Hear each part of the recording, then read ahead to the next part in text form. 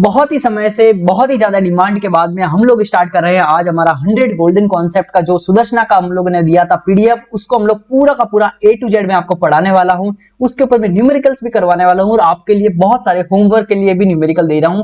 पूरा मैंने खुद ने सेलेक्ट करके भी मैं न्यूमेरिकल लेके आया हूं ताकि आप भी उसके ऊपर में प्रैक्टिस कर पाओ। ऐसा नहीं हो कि मैं आपको सवाल कराऊं और आप सवाल ढूंढते ही रह जाओ पूरे पीडीएफ के अंदर में, पूरे हमारे पास में जो भी आपके पास प्रैक्टिस की बुक है उसके अंदर में। तो आपको मैं ए टू जेड सवाल भी प्रोवाइड कर दूंगा इसके अंदर में, एक एक सवाल हर कॉन्सेप्ट पे मैं भी करवाऊंगा, लेकिन कॉन्सेप्ट भी मैं आपको पूरा पढ़ाऊंगा, डेरिवेशन के साथ भी पढ़ाऊंगा, कुछ कॉन्सेप्ट आपको बेसिक भी स्ट्रॉन्ग करूंगा। और 100 गोल्डन कॉन्सेप्ट के 5 लेक्चर आने वाले हैं जिसके अंदर में हर किसी में 20-20 आपके कॉन्सेप्ट होंगे। और ये 5 लेक्चर भी ऐसे नहीं कि बहुत गैप के अंदर में, नहीं, आज डे 1 का हमारे पास में ये हमारा पहला आएगा, फिर कल दूसरा, फिर तीसरा, फिर चौथा, पांचवा, 5 लगातार दिन में 5 लेक्चर आ जाएंगे जिससे आपका पूरा खत्म हो जाएगा। और ये सीजीएल 2025 सीएचएसएल 2025 के लिए सबसे ज्यादा इंपॉर्टेंट रहेगा, चाहे आप टीसीएस का देखो चाहे एडुकेटी देखो। ये जो पैटर्न के ये जो सवाल है ना, मैथ्स के सबसे इंपॉर्टेंट टॉपिक्स है। इन पूरे मैथ्स के इंपॉर्टेंट टॉपिक को हम लोग खत्म कर लेंगे जिससे आपके मार्क्स है ना सीजीएल 2025 में मार्क्स के अंदर में बूस्ट आपको देखने को मिलेगा अगर आपने इसको अच्छे से खत्म कर लिया। तो आपको क्या करना है, 5 लेक्चर आपको ए टू जेड खत्म करना है, प्रैक्टिस करनी है, और भी कहीं से सवाल मिले तो उसकी भी प्रैक्टिस करनी है, कॉन्सेप्ट रिवीजन करना है, बार बार रिवीजन करना है। मैंने इसके अगर आपको फ्री पीडीएफ आपने डाउनलोड नहीं की है तो जल्दी से जाओ, टेलीग्राम ग्रुप की लिंक आपको कमेंट सेक्शन के पिंड कमेंट में मिल जाएगी, ज्वाइन करो और फाइल सेक्शन में जाके सुदर्शन चक्र सर्च करो, हिंदी के अंदर में सर्च करना, हिंदी में लिखना सुदर्शन चक्र, आपको पीडीएफ मिल जाएगी 100 गोल्डन, या फिर आप ग्रुप के अंदर में लिख देना, कोई भेजो तो आपको कोई ना कोई भेज ही देगा, ठीक है। 100 गोल्डन कॉन्सेप्ट की आपको पीडीएफ मिल जाएगी। आपको 5 लेक्चर अटेंड करना है, पेन लेके बैठना है, मूवी नहीं बनानी है, खुद से सॉल्व करना है और कमेंट जरूर करना है। हर जो भी मैं आपको सवाल दूं तो उसको आपको सॉल्व करके खुद से कमेंट करना है, कमेंट में मुझे जवाब देना है। और आपको हर स्टेज पे ऊपर में जो जो आपको चीज में आप कमेंट करने के लिए भी बोलूं तो वो भी आपको कमेंट करना है, जिससे कि मुझे पता चलता रहे कि आप किस पॉइंट के ऊपर में हो। और वहां पे अगर आपको डाउट भी अगर कोई है तो आपको कैसे लिखना है वो भी मैंने फॉर्मेट आगे बता दिया है, ठीक है। अब आप बहुत ही जोश के साथ में सुदर्शन चक्र का 100 golden concept A to Z खत्म कर लीजिए, पूरा का पूरा ए टू जेड, ठीक है। लेकिन एक चीज ध्यान रखना, आपने अगर चैनल को सब्सक्राइब नहीं किया तो चैनल को सब्सक्राइब कर दो, वीडियो को लाइक नहीं किया तो लाइक कर देना, खत्म करने के बाद में भी लाइक कर देना, क्योंकि आप खत्म करोगे तो आपको पता चली जाएगा कि इसकी क्वालिटी क्या है, ठीक है। चलो अब हम लोग स्टार्ट करते हैं। ऑल द बेस्ट, जय बजरंगबली। चलो स्टार्ट करते हैं।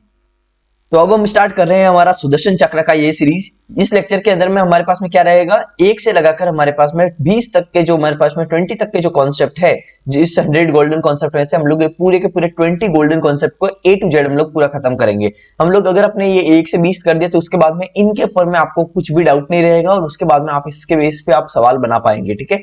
मैंने जैसे वादा किया था कि मैं हर कॉन्सेप्ट के ऊपर में आपको ना एक एग्जांपल देके, क्योंकि कॉन्सेप्ट्स तो मैं आपको वैसे ही बता सकता हूँ लेकिन उसके साथ में एक एग्जांपल देके आपको मैं जरूर बताऊंगा, उसके अलावा आपको एक होमवर्क भी दूंगा, ठीक है। बाकी हम लोग के ये जो है वो पूरा का पूरा सीजीएल सीएचएसएल सीपीयू 2025 के लिए है।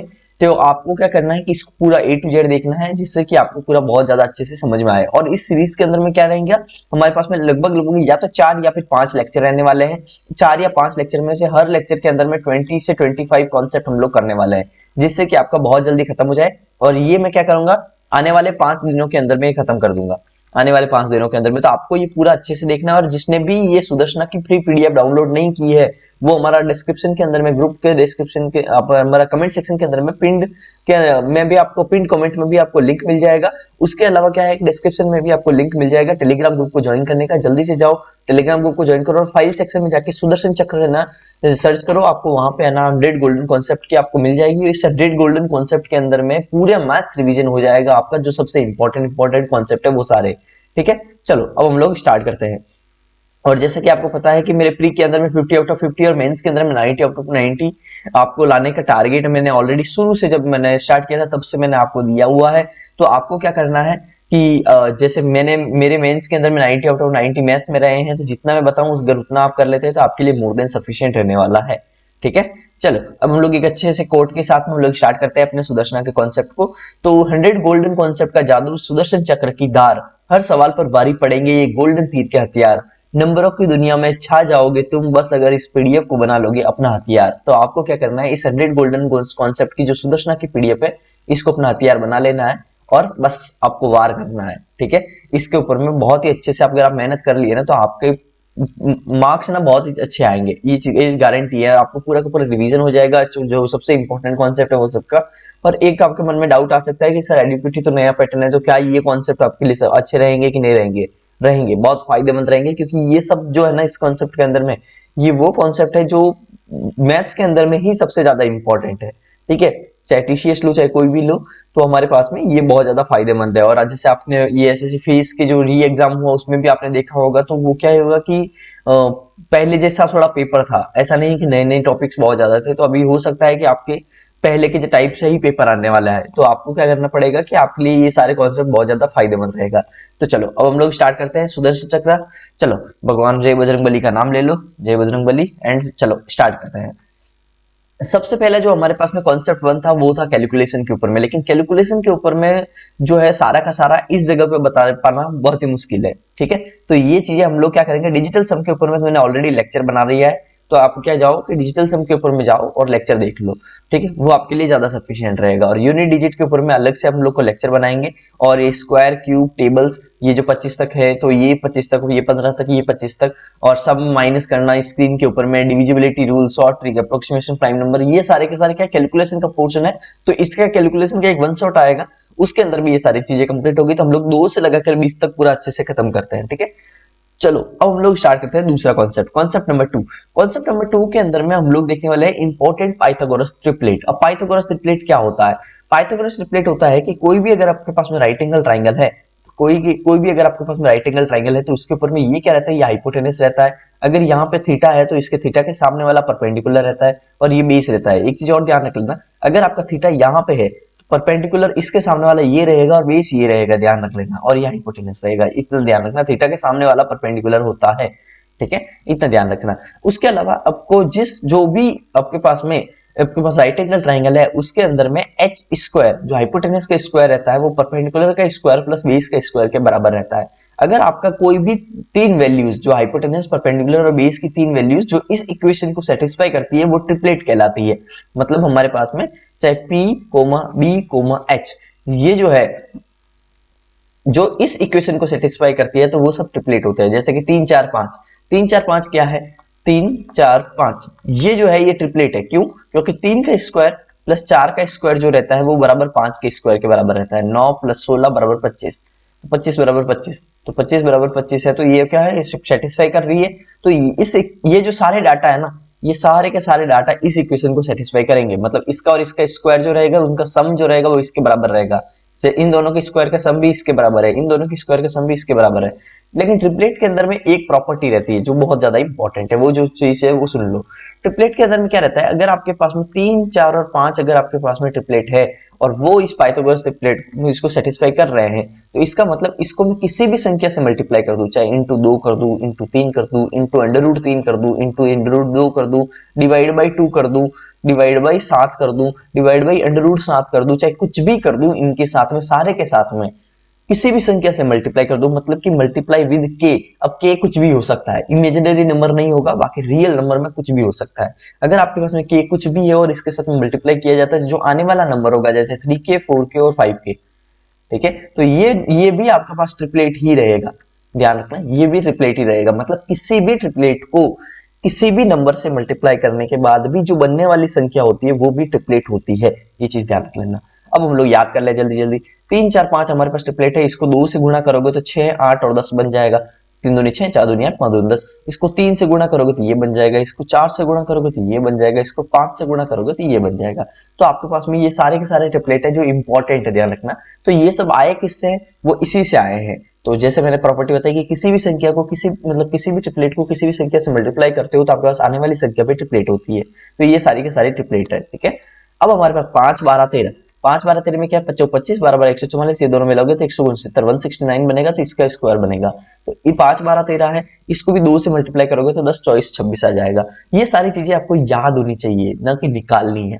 जैसे 6 8 10 9 12 15 12 16 20 15 20 25, 5 12 13 20 24 10 24 26, ये सब याद होना चाहिए। लेकिन ये बेस वाली तो याद होनी चाहिए कम से कम, बाकी तो कुछ नहीं, काट काटा के हम लोग निकाल देंगे। एक होता है 7 24 25, बहुत इंपॉर्टेंट है। 5 12 13 बहुत इंपॉर्टेंट है। 3 4 5 तो याद होता ही है। 7 24 25, इन सबको भी 2 से 3 से 4, अब एक ध्यान रखना, ये 2 से मल्टीप्लाई किया तो आया, लेकिन ये है ना 0.5 से मल्टीप्लाई किया तो आया, ध्यान रखना। मतलब कि आधा किया है तो आया। 7 का आधा 3.5, 24 का आधा 12, 25 का आधा 12.5, ये बहुत इंपॉर्टेंट है, ध्यान रखना। ये ना बार बार पूछा जाता है। 21, 72 और 75, ये भी ध्यान रखना, 21, 72 और 75 हमारे पास में एक ट्रिपलेट होता है। अब चलते हैं आगे, 8, 15, 17 ये भी होता है, 9, 40, 41 ये भी होता है, 9, 40, 41 ये सबको याद करने के तरीके बताता हूँ, इन दोनों को याद करने के। 40 और 41 क्या होता है, 81 होता है ना, 9 का स्क्वायर क्या होता है, 81 होता है, तो ये आप याद कर सकते हो। 60 और 61 क्या होता है, 121 होता है, और 11 का स्क्वायर क्या होता है, 121 होता है। तो इस टाइप से ये जोड़ा याद कर सकते हो, ठीक है। बाकी एक एक अंडर रूट 2 ये तो आपके पास में बहुत इंपॉर्टेंट है, जैसे कि अगर थीटा बराबर 45 डिग्री है तो हमारे पास में ये एक एक अंडर रूट 2 ये रेशियो रहता है, ठीक है। तो ये भी ध्यान रखना। एक अंडर रूट 3 2, एक अंडर रूट 3 2 कैसे याद रहेगा आपको, वो भी याद रह सकता है। जैसे अगर थीटा यहाँ पे है, एक यहाँ पे है, और ये अंडर रूट 3 और ये 2 है, तो हमारे पास में थीटा हमारे पास जो रहता है वो 30 डिग्री रहेगा, यहाँ पे ध्यान रखना। अगर हमारे पास में अंडर रूट 3 इधर है और एक इधर है और थीटा इधर है और ये 2 है, तो थीटा की वैल्यू यहाँ पे 60 डिग्री आएगी। ये मैंने ratios and height and distance में ऑलरेडी बता रखा है। उसके अलावा ये भी ट्रिपलेट होते हैं, ये भी ध्यान रखना। 2n n स्क्वायर माइनस 1 और n स्क्वायर प्लस 1 ये भी ट्रिपलेट होते हैं। कैसे आपको पता चलेगा, जैसे 2n का square plus n square minus 1 का स्क्वायर ये बराबर होता है n स्क्वायर प्लस 1 के स्क्वायर के, ध्यान रखना। ये सब ट्रिपलेट होते हैं, ध्यान रख लेना। अब इस जगह पे n की जगह 1 भी रख सकते हो, 2 भी रख सकते हो, मतलब n की जगह पे आप कुछ भी वैल्यू हो सकती है। यहाँ पे 1 तो आपके पास नहीं होगी क्योंकि 1 का स्क्वायर माइनस 1 0 हो जाएगा, तो 1 नहीं होगी। 2 के आप स्टार्ट कर सकते हो आप, और कोई भी रखोगे तो ये यहाँ पे इस फॉर्मेट का जो भी रहेगा वो आपको सेटिस्फाई करेगा ट्रिपलेट के अंदर में, ठीक है। बाकी हम लोग अब चलते हैं आगे, ये तीनों हम लोग सवाल करते हैं ट्रिपलेट के ऊपर में, जिससे आपको थोड़ा फायदा हो। अब देखो यहाँ पे हमारे पास में 3.5 लिखा है, यहाँ पे 12 लिखा है। मैंने ऑलरेडी क्या बताया, 3.5, 12 और 12.5 ये क्या रहता है, ये ट्रिपलेट रहता है। आपको कैसे पता, आपको पता है कि 7, 24 और 25 ट्रिपलेट रहता है, इतना पता है ना। तो 7 का आधा ये, और 3.5, और 24 का आधा 12, और 25 का आधा 12.5। तो आपको क्या कैसे करना है मैं बताता हूँ। जैसे 3.5 है, हम लोग इसको थोड़ा भूल जाओ, √3 और √3 को भूल जाओ। हमको पता है कि 3.5 और 12 का ट्रिपलेट का हमारे पास में जो हाइपोटेनस रहता है वो 12.5 रहता है, इतना पता है। 3.5 और 12 का हमारे पास क्या रहता है, 12.5 रहता है। अब देखो इसमें भी √3 है, इसमें भी √3 है, तो इसमें भी √3 होगा। कैसे, क्योंकि मैं पहले तो क्या किया, मैंने ये देखा, ये सोच लिया, इसका आधा किया, ये आ गया। अब मैंने क्या किया, इस पूरी को √3 से मल्टीप्लाई कर दिया। मैंने बताया था ना कि किसी भी ट्रिपलेट को किसी भी संख्या से मल्टीप्लाई कर सकते हो आप। तो 3.5 √3, 12 √3 और 12.5 √3 आ गया ना आंसर। बस अगर ये संख्या और ये संख्या का हमारे पास में जो हाइपोटेनस होगा वो ये आएगा, आ गया। अब चलते हैं ये भाई, इसमें देखो हम लोग को हमेशा रेशियो ले लेना है। जैसे 14 और 21 दिया हुआ है, 14 और 21 दिया, तो हम लोग क्या कहते हैं, 7 दूनी 14, 7 या 21, तो 2:3, मतलब कि ये 7 से काटेंगे तो हमारे पास 2 आएगा, ये 7 से काटेंगे तो हमारे पास 3 आएगा। ध्यान रखना काटा किससे, 7 से काटा, ये चीज थोड़ा ध्यान रखना। तो 2 और 3 का हाइपोटेनस कितना होता है, 2 दूनी 4, 3 तारी 9, मतलब कि √13 होता है। 2 दूनी 4 और 3 तारी 9, ये हो गया √13। और हमने किससे काटा था, 7 से, मतलब कि ये भी ये काटा है 7 से, ध्यान रखना। बाकी इस 2 को 7 से मल्टीप्लाई करके आया है ना ये। चलो ऐसा कर देते हैं हम लोग, इसको थोड़ा ऐसे लिखने के बजाय ये लिख देते हैं कि ये सारी की सारी ये जो रेशियोज है वो 7 से मल्टीप्लाई की हुई है। समझा, जैसे 2 को 7 से किया तो 14 आया, 3 को 7 से किया तो 21 आया। वैसे वैसे इसको भी हम लोग 7 से करेंगे, क्योंकि सभी संख्याएं 7 से मल्टीप्लाई, ये भी 7 से मल्टीप्लाई है, ये भी 7 से मल्टीप्लाई है, तो हाइपोटेनस भी 7 से मल्टीप्लाई होगा। तो हमारा आंसर हो जाएगा 7 √13। समझ में आया, क्योंकि 2 और 3 का हाइपोटेनस अगर √13 है तो सब संख्या अगर 7 से मल्टीप्लाई हो रही है तो हाइपोटेनस भी 7 से मल्टीप्लाई होगा। अब इसको चलते हैं इसमें क्या होगा समझने का ट्राई करना बहुत अच्छे से। 18 √7 और 42 √3, इसका हम लोग क्या लेते हैं, रेशियो लेते हैं। 9 से काट, हम लोग अगर 6 से काटेंगे तो 6 3 18, 7 6 42। ध्यान रखना किससे काटा, जिससे हम लोग काटेंगे ना अभी उन संख्या से लास्ट में सबको मल्टीप्लाई भी करेंगे हम लोग, ध्यान रखना। इससे हमने देखो एक बार तो 6 से काटा, एक बार हमने क्या किया, 6 से काटा है पूरा। उसके अलावा हम लोग क्या करते हैं, जैसे कि √7 है, जैसे √7 है, ये 7 है, तो हम लोग क्या करते हैं, √7 से काटते हैं। एक बार √7 से काटते हैं, √7 से काटने का मतलब इसको मल्टीप्लाई कर दिया ना, पूरा 6 से भी काटा और √7 से भी काटा, तो √7 से काटेंगे तो ये √7 बनेगा। अब हम लोग एक √3 से भी काटते हैं, ठीक है, √3 से काटेंगे तो ये √3 बनेगा। तो हमारे पास क्या आया, √3 और √7 ये रेशियो आया। तो हमारे पास √3 तो बन गया ये, और √7 बन चुका है ये। मतलब किससे काटे, तो इससे काटे, तो मतलब कि इस संख्या को और इस संख्या को, अगर मैं इस संख्या को 6 √7 √3, मतलब क्या 6 √21, 6 √21 से अगर मैं इसको मल्टीप्लाई करूं तो यही आएगी। ठीक है, मतलब कि ये सारी की सारी ये जो रेशियोज है ना, ये कितना काटने पे आ रही है, इतना काटने पे आ रही है। तो हम लोग क्या करेंगे, इन संख्या से मल्टीप्लाई कर देंगे, √7 √3 से मल्टीप्लाई कर देंगे। अगर इससे हाइपोटेनस, पहले तो इससे मैं निकाल देता हूँ ये वैल्यू कैसे निकलेगी, √7 अगर हाइपोटेनस है, √7 अगर हाइपोटेनस है, √3 अगर बेस है, तो ये कितनी होगी, ये होगी हमारे पास में √7 का स्क्वायर माइनस √3 का स्क्वायर, ये हो जाएगा हमारे पास में 2, क्योंकि 4 आएगा और 4 का ये हो जाएगा 2। अगर 2 ये आया है, अब सोचो कि भाई कि हमारे पास √7 का 6 √21 से मल्टीप्लाई किया तो ये आया, √3 का 6 √21 से मल्टीप्लाई किया तो ये आया। तो वैसे वैसे 2 का 6 √21 से मल्टीप्लाई करोगे तो हमारे पास में ये आंसर आ जाएगा 12 √21, 6 दूनी 12, 12 √21। तो हमारे पास में भी परपेंडिकुलर कितना हो गया, 12 √21। आपको ये चीज समझ में आ गई होगी कि हम लोग अगर रेशियो के अंदर में तीनों कैलकुलेशन किया, जैसे √7 √3 और √2, √7 √3 और 2, ये हमारे पास में क्या है, ये हमारे पास में हमने कैलकुलेशन कर लिया कि भाई ये √7 होता है, ये √3 होता है, तो ये 2 होता है। लेकिन अगर इसका 6 √21 गुना किया गया है, इसका भी 6 √21 गुना किया गया है, तो इसका भी तो 6 √21 गुना होगा। तो इस तरह से हमारे पास में ये चीजें सोल्व हो जाएगी। एक सेकेंड ना, चलो अब हम लोग सवाल करते हैं। A ladder 15 metre long is placed in a room so as to reach a point 14.4 metre high on the wall and turning on the ladder over to the opposite side of the wall without moving the base it reaches a point 4.2 meter high. What is the breadth of the room?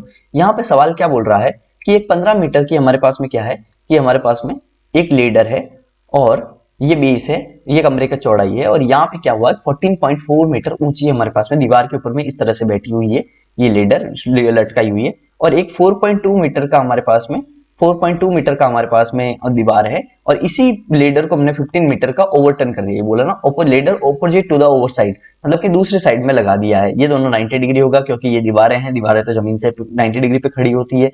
अब हमारे पास में ये चीज हो गई। अब हमें बोल रहा है कमरे की विड्थ बताओ, मतलब कि ये पूरी बताओ, ठीक है। तो ये कैसे निकालेंगे, ये निकालेंगे कि इन दोनों से हम लोग बेस निकालेंगे, इन दोनों से हम लोग बेस निकालेंगे और दोनों बेस को जोड़ देंगे। ये हमारा नॉर्मल तरीका रहेगा कि हम लोग को निकालने का। लेकिन अब हम लोग निकालेंगे कैसे, तो एक चीज समझो कि जब भी हम लोगों को समझ में नहीं आता कि यार इन दोनों का ट्रिपलेट क्या होगा, तो हम लोग सबसे पहले इन दोनों का रेशियो ले लेते हैं, जिससे कि हम लोग को इजीली समझ में आ जाए, ठीक है। तो हम लोग क्या करेंगे, 15 और 14.4 ये है। अब एक काम करते हैं, थोड़ा सा अच्छे से समझने का ट्राई करना, बहुत अच्छे से समझने का ट्राई करना। जैसे कि 25 के 150 0.6, एक काम करते हैं, इसको मैं 0.6 से गुणा, सॉरी इसको मैं 0.6 से डिवाइड कर देता हूं, या फिर एक काम करता हूं, इसको नहीं करते हैं, थोड़ा सा एक काम करते हैं, मेरे को कैसे नजर में आ रहा है वो थोड़ा बताता हूं आपको मैं।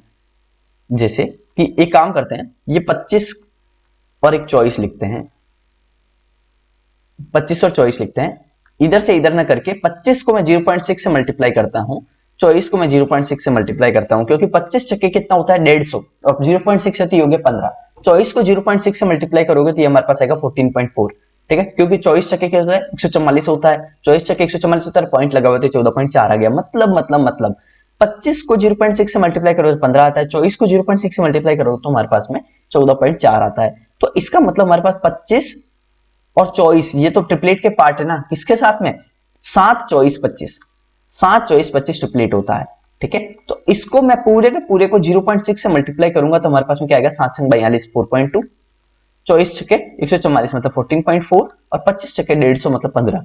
इसका मतलब ये तीनों भी ट्रिपलेट में होंगे, क्योंकि अगर ये ट्रिपलेट में है तो इसको 0.6 से मल्टीप्लाई करोगे तो ये भी ट्रिपलेट में आएगा ना, 4.2 14.4 और 15 ये भी आएगा। तो 15 14.4 और 4.2 मतलब 4.2, तो ये बेस कितना हो गया यहां से यहां तक 4.2। तो हम लोग को क्या पता चला कि 14.4 4.2 और 15 ये हमारे पास ट्रिपलेट में होता है, तो 4.2 तो ये भी तो 14.4 आएगा, ये भी तो 14.4 आएगा। कैसे पता, क्योंकि ये तीनों ट्रिपलेट है। अगर 15 और 4.2 15 और 4.2 है तो तीसरा क्या होगा 14.4, अगर 15 और 14.4 है तो तीसरा क्या होगा 4.2।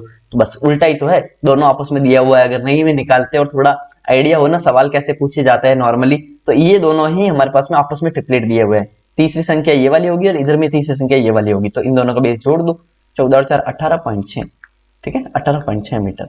समझ में आ गया, बहुत अच्छे से समझ में आ गया होगा आपको। ये हम लोग इस तरह से कर सकते हैं, नहीं तो हम लोग को 25 से ये कैसे आया, तो सर ये कैसे गैस करेंगे, ये सारा अगर मन में आ रहा हो तो मैं नॉर्मल एक और तरीका भी बता सकता हूँ। 15 और 14.5 है, आप इसको 3 से काट दो पहले, 5 3 15 और 3 से, देखो ध्यान रखना कि मैं किस किस से काट रहा हूँ, किस किस से मल्टीप्लाई कर रहा हूँ, फिर उसका उल्टा मल्टीप्लाई करना है, ध्यान रखना। तो 3 से मैंने काटा तो बटा में 3 लिख दिया, ठीक है। 3 से काट दिया, 4 3 12 और 13 14 2 8 3 24 4.8। अब आपको पता है कि पॉइंट के अंदर में तो होना नहीं पड़ेगा, तो मैं क्या करता हूँ, पॉइंट को हटाने का ट्राई करता हूँ, तो इसको मैं 5 से मल्टीप्लाई करता हूँ, 5 25 और इसको मैं जैसे ही 5 से मल्टीप्लाई करूंगा तो 24 आएगा, क्योंकि 8 5 40 इकाई अंक 0 बनता है ना। मैं इकाई अंक 0 बनाने के लिए 5 से मल्टीप्लाई किया, जैसे 5 से मल्टीप्लाई किया तो इसका मतलब मैंने 5 से मल्टीप्लाई किया। इसका मतलब इस पूरी संख्या को 5/3 से मैंने डिवाइड, मतलब 5/3 से मैंने क्या किया है, गुणा किया है। 5/3 से मैंने गुणा किया है, 5/3 से मैंने गुणा किया है तो 25 आया। लेकिन मेरे को तो 25 से 15 जाना है, 15 से 25 नहीं आना है ना, 25 से 15 जाना है। तो इसका मतलब मैं इसका उल्टे से करूंगा गुणा 3/5 से। तो मतलब 25 को 3/5 से गुणा करते हुए 15 आता है, 3/5 का मतलब 0.6। ऐसे यही तो मैंने बताया था सारा चीज, तो वही चीज है, इस तरह से भी आप कर सकते हो। चलो आगे, ये चीज आपको करना है। देखो एक चीज ध्यान रखना, मैं पूरे सुदर्शना कॉन्सेप्ट में एक सवाल खुद से करूंगा, किसी भी कॉन्सेप्ट पर एक आपको दूंगा, बस यही करने वाला हूँ। कहीं कहीं पे रेयर केस में मैं 2 करूंगा, बाकी सारी चीजों की जगह पे मैं एक एक करूंगा, ध्यान रखना।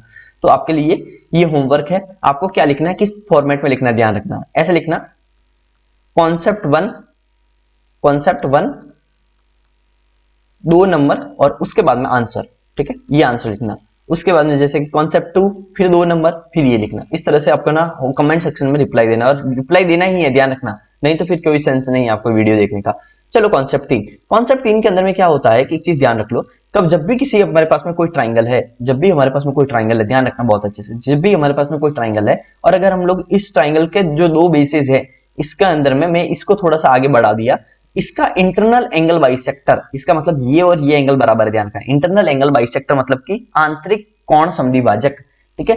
ये इंटरनल एंगल बाइसेक्टर और ये जो एक्सटर्नल एंगल है, इस एक्सटर्नल एंगल बाइसेक्टर को अगर मैं ऐसे मिलाऊं तो अगर ये एंगल थीटा है, अगर ये ट्रायंगल का एंगल थीटा है, तो ये जो दोनों इंटरनल और एक्सटर्नल एंगल को बाइसेक्टर है वो जहां पे मिलते हैं तो वो इसका आधा होता है, θ/2। ध्यान रखना, यही प्रॉपर्टी है। अगर ये थीटा तो ये θ/2 होगा, अगर ये ए है तो ये a/2 होगा। बस इतना ध्यान रखो, इंटरनल और एक्सटर्नल एंगल बाइसेक्टर का। अब हम लोग इसको सवाल को सॉल्व करते हैं।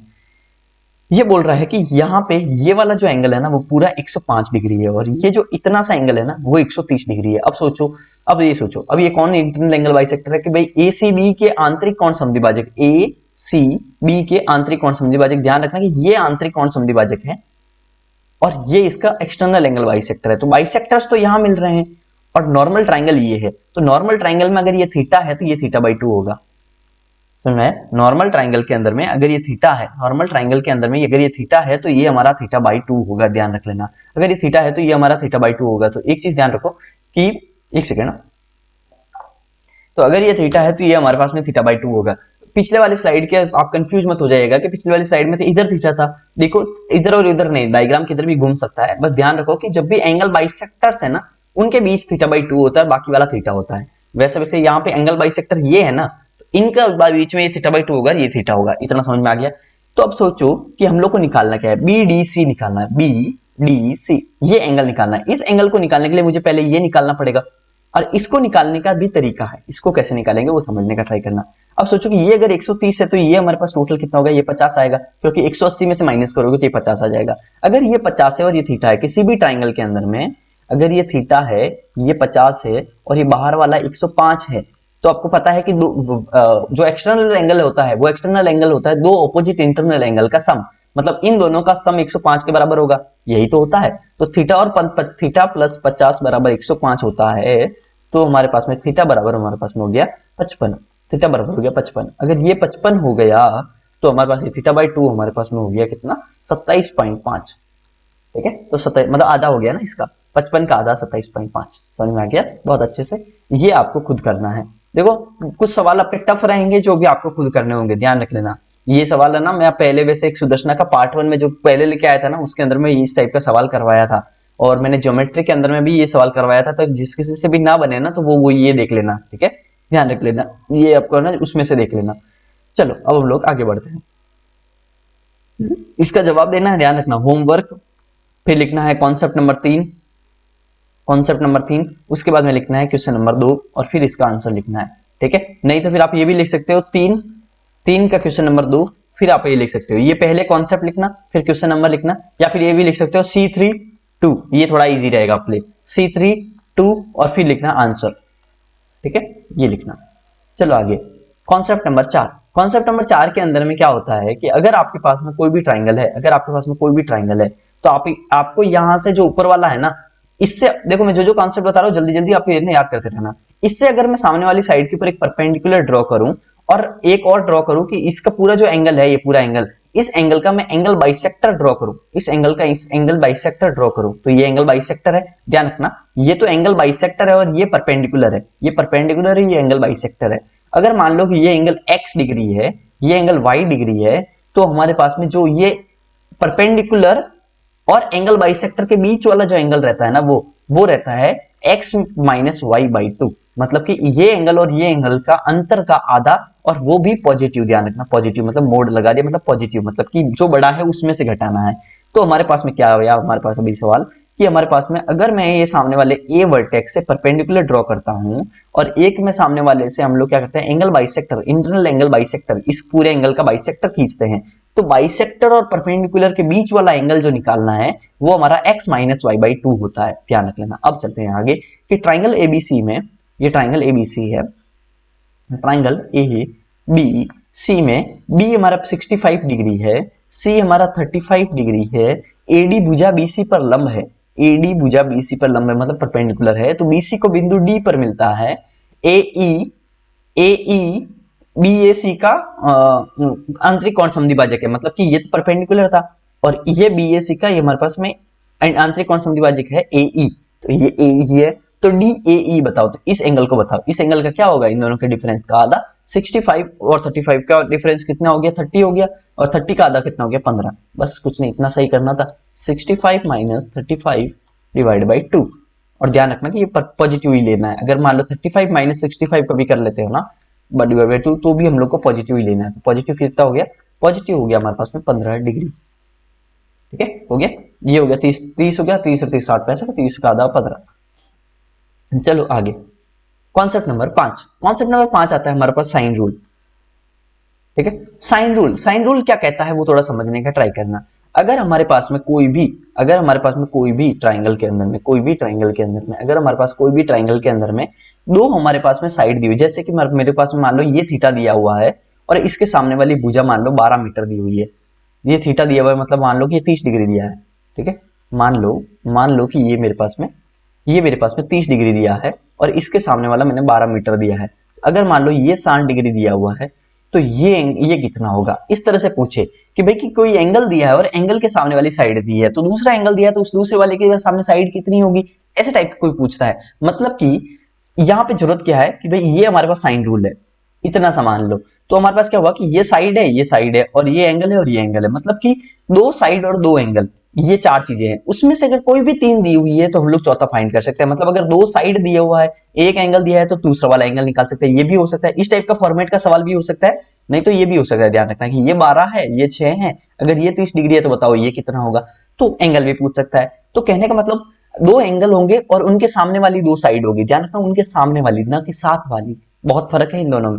सामने वाली साइड से मतलब इसके सामने वाला ये और इसके सामने वाला ये, या फिर रिवर्स में बोले तो इसके सामने वाला ये और इसके सामने वाला ये, दो एंगल। तो इस केस के अंदर में हम लोग साइन रूल लगा सकते हैं। अब ये साइन रूल क्या है, वो है कि साइड डिवाइड बाई उसके सामने वाला एंगल, मतलब कि ए के सामने वाला साइड ए होता है, ध्यान रखना कि एंगल ए है ना, उसके सामने वाली साइड को हम लोग स्मॉल ए बोलते हैं स्टैंडर्ड फॉर्मेट में, बी के सामने वाली की साइड को स्मॉल बी और सी के सामने वाले साइड को स्मॉल सी, ठीक है। तो हम लोग क्या करेंगे, इसका फॉर्मूला होता है ए अपॉन साइन ए बराबर बी अपॉन साइन बी बराबर सी अपॉन साइन सी, और इक्वल टू होता है 2r, ध्यान रखना ये भी इंपॉर्टेंट है। ये पूरी की पूरी चीजें है ना 2r के बराबर होती है। r क्या होता है यहाँ पे, ये होता है सर्कम रेडियस मतलब परिकेंद्र, ठीक है, परिकेंद्र के बराबर होती है। तो यहाँ पे हम लोग के पास में एक और चीज आ सकता है, क्योंकि ये सारी की सारी चीजें 2r के बराबर है, तो मैं ये भी तो लिख सकता हूं कि a sin a 2r, a बराबर sin a 2r, कैसे इंटू कर लेता हूं कि इस दोनों को मैंने बराबर कर दिया, तो क्या हुआ a बटा साइन ए बराबर 2r, तो a बराबर 2r इंटू साइन ए, और जैसे वैसे b बराबर 2r into sine B, c बराबर 2r इंटू साइन सी। तो हम लोग तीनों का अगर रेशियो ले लेंगे तो 2r तीनों कट जाएगा, तो यही तो आएगा, ठीक है, a ratio b ratio c। इसका मतलब क्या हुआ, इसका मतलब ये हुआ कि a ratio b ratio c, ये क्या होगा, अगर हम लोग को इन तीनों साइड के रेशियोज निकालने हो तो हम लोग क्या कर सकते हैं, इनके सामने वाला एंगल के रेशियोज ले सकते हैं साइन के फॉर्मेट में, sine A ratio, sine B ratio, sine C. सामने वाले, ध्यान रखना, सामने वाले एंगल जो रहते हैं उनका रेशियो अगर हम लोग साइन के टर्म में लें तो वो भी वही रेशियो आता है। ठीक है, चलो अब हम लोग आगे बढ़ते हैं। कोसाइन रूल, कोसाइन रूल का सीधा सीधा ये फॉर्मेट है, इसको आप याद कर लो। कैसे, ये कहां पे काम आएगा वो भी चीज समझने का ट्राई करो। अगर हमारे पास में कोई भी ट्राइंगल है, अगर हमारे पास में कोई भी ट्राइंगल है, अगर हमारे पास में कोई भी ट्राइंगल है जिसके अंदर में मान लो ये एंगल दिया हुआ है, मान लो 30 डिग्री, और इसके साथ में ये 12 दिया और ये 6 दिया, दो साथ वाली साइड, देखो पिछले वाले में अंतर था कि पिछले वाले में क्या अंतर था कि हम लोग के पास में एक एंगल 30 डिग्री दिया है, एक एंगल हमारे पास में 30 डिग्री है तो ये 12 है। अगर मान लो ये 60 डिग्री है तो इसके सामने क्या होगा, तो दो एंगल और दो साइड है लेकिन दोनों आमने सामने की बातें हो रही है। यहाँ पे क्या है कि एक एंगल देगा और दोनों आसपास की साइड देगा, उनके दोनों के आसपास की, और तीसरी वाली साइड निकालने के लिए बोलेगा। इस टाइप की चीज होगी, तीसरी वाली साइड निकालने के लिए बोलेगा। तो इस टाइप के फॉर्मेट के अंदर में, या फिर ये भी बोल सकते हो कि दो हमारे पास में एक एंगल देगा, एक हमारे पास में, या फिर बोल सकते हो कि तीनों ट्राइंगल दे, ये हमारे पास तीनों दे दिया, ये 12 दे दिया, ये 6 दे दिया और ये 8 दे दिया, तो बताओ कि ये कितना होगा। ये भी पूछ सकता है कोई एंगल निकालने के लिए। तो बात वही है, आपको चीजें समझ में आ गई होगी कि हमारे पास तीनों ट्राइंगल की साइड्स, तीनों ट्राइंगल की साइड और कोई एक एंगल, इस टाइप के फॉर्मेट होता है तो कोसाइन लगता है। तो यहाँ पे कैसे लगाओगे, फॉर्मूला क्या होता है, फॉर्मूला होता है सीधा सीधा, बहुत इजी है। अगर ये ए है, ये बी है और ये सी है, तो इसके सामने वाला एंगल तो cos सी होगा। इतना तो हम लोग को पता चल रहा है, इसके सामने वाला एंगल तो cos सी होगा, ये हम लोग को पता चल रहा है। मतलब इसके सामने वाला एंगल तो मतलब ये सी वर्टेक्स होगा ना, तो इसके साथ वाले को cos सी नहीं लिखते हैं, थोड़ा सा cos सी नहीं, इसके सामने वाला एंगल जो है वो सी वर्टेक्स पे होगा। ये तो आपको समझ में आ रहा है, ये सामने वाली साइड सी है, ये ए के सामने वाला ए इधर होगा और बी के सामने वाला बी इधर होगा। इतना तो समझ में आ गया। अब हम लोग फॉर्मूला कैसे निकालेंगे इस थीटा के लिए, इस थीटा के लिए कैसे फॉर्मूला निकालेंगे। इसके लिए क्या होता है कि सबसे पहले हम लोग को इसके साथ वाली साइड है ना, उनको लिखो ए स्क्वायर प्लस बी स्क्वायर, ए स्क्वायर प्लस बी स्क्वायर लिखो, माइनस में करो इसके सामने वाला, माइनस में लिखो सी स्क्वायर, दो साथ वाला लिखो, जो भी एंगल निकालना हो उसके दोनों के साथ वाला, A square plus B square minus C square, upon में करो 2ab, अपॉन में करो 2ab, बराबर में जो आता है वो आता है ये cos c। ठीक है, ये वाला एंगल cos c, ठीक है, c के ऊपर में रहने वाला एंगल। तो cos c अगर आपको निकालना है तो a square plus B square minus C square, जैसे ये cos c बराबर a square plus B square minus C square upon 2ab। या फिर हम लोग को मान लो a निकालना है तो हम लोग क्या लिखेंगे, a के लिए हम लोग क्या करेंगे, पहले आसपास वाली साइड b स्क्वायर प्लस सी स्क्वायर, उसमें से माइनस कर दो ये वाला माइनस a स्क्वायर, अपॉन में कर दो 2bc, जो साथ साथ में है, जो ये दोनों ये आसपास है ना, इन्हीं को करना है, 2bc बराबर में आ जाएगा cos a। ठीक है, तो ये निकाल सकते हो। इस टाइप से फॉर्मेट में हम लोग cos वाला यूज कर सकते हैं। अब हम लोग करते हैं सीधा सीधा सवाल, सीधा सीधा सवाल करने पे आते हैं। तो in the given figure find the value of the P R, P और आर इसकी वैल्यू निकालनी है। तो हमारे पास में क्या क्या दी हुई है, हमारे पास में ये दिया हुआ है, ये दिया हुआ है, मतलब दो साथ वाली साइड दी है और उसके सामने वाला एंगल दिया हुआ है, उस एंगल के सामने वाली साइड निकालनी है। तो ये कोस वाला फॉर्मूला यूज आएगा। ये तो आपको समझ में आ गया होगा जैसे ही देखा।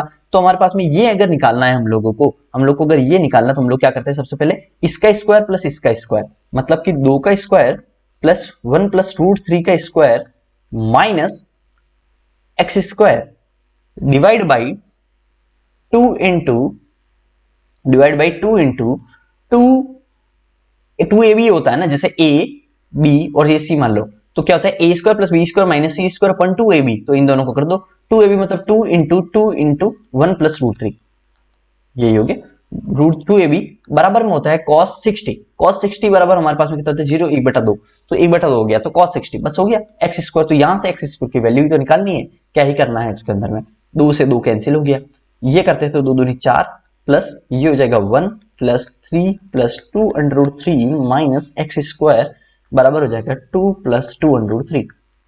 ठीक है, अब हम लोग कर रहे हैं 4 और 1 5, 5 कर रहे हैं 4 और 1 5 और 3 8, तो 8 plus 2 under root 3 minus X square बराबर 2 प्लस 2 अंडर रूट 3। तो 2 अंडर रूट 3 से 2 अंडर रूट 3 तो कैंसिल हो गया, 8 में से 2 गया तो 6 हो गया, x बराबर आ गया अंडर रूट 6, बस खत्म, x बराबर अंडर रूट 6। तो ये हमारे पास में आंसर आ चुका है, समझ में आ गया बहुत अच्छे से। चलो आगे चलते हैं, ये आपको खुद को करना है, ये आपको खुद को करना है, होमवर्क आपके पास में, इस होमवर्क का जवाब देना है। अब चलते हैं कॉन्सेप्ट नंबर 6। कॉन्सेप्ट नंबर 6 के ऊपर में हम लोग आते हैं, कितना हुआ है हमारे पास में टाइम, 7 बचा है।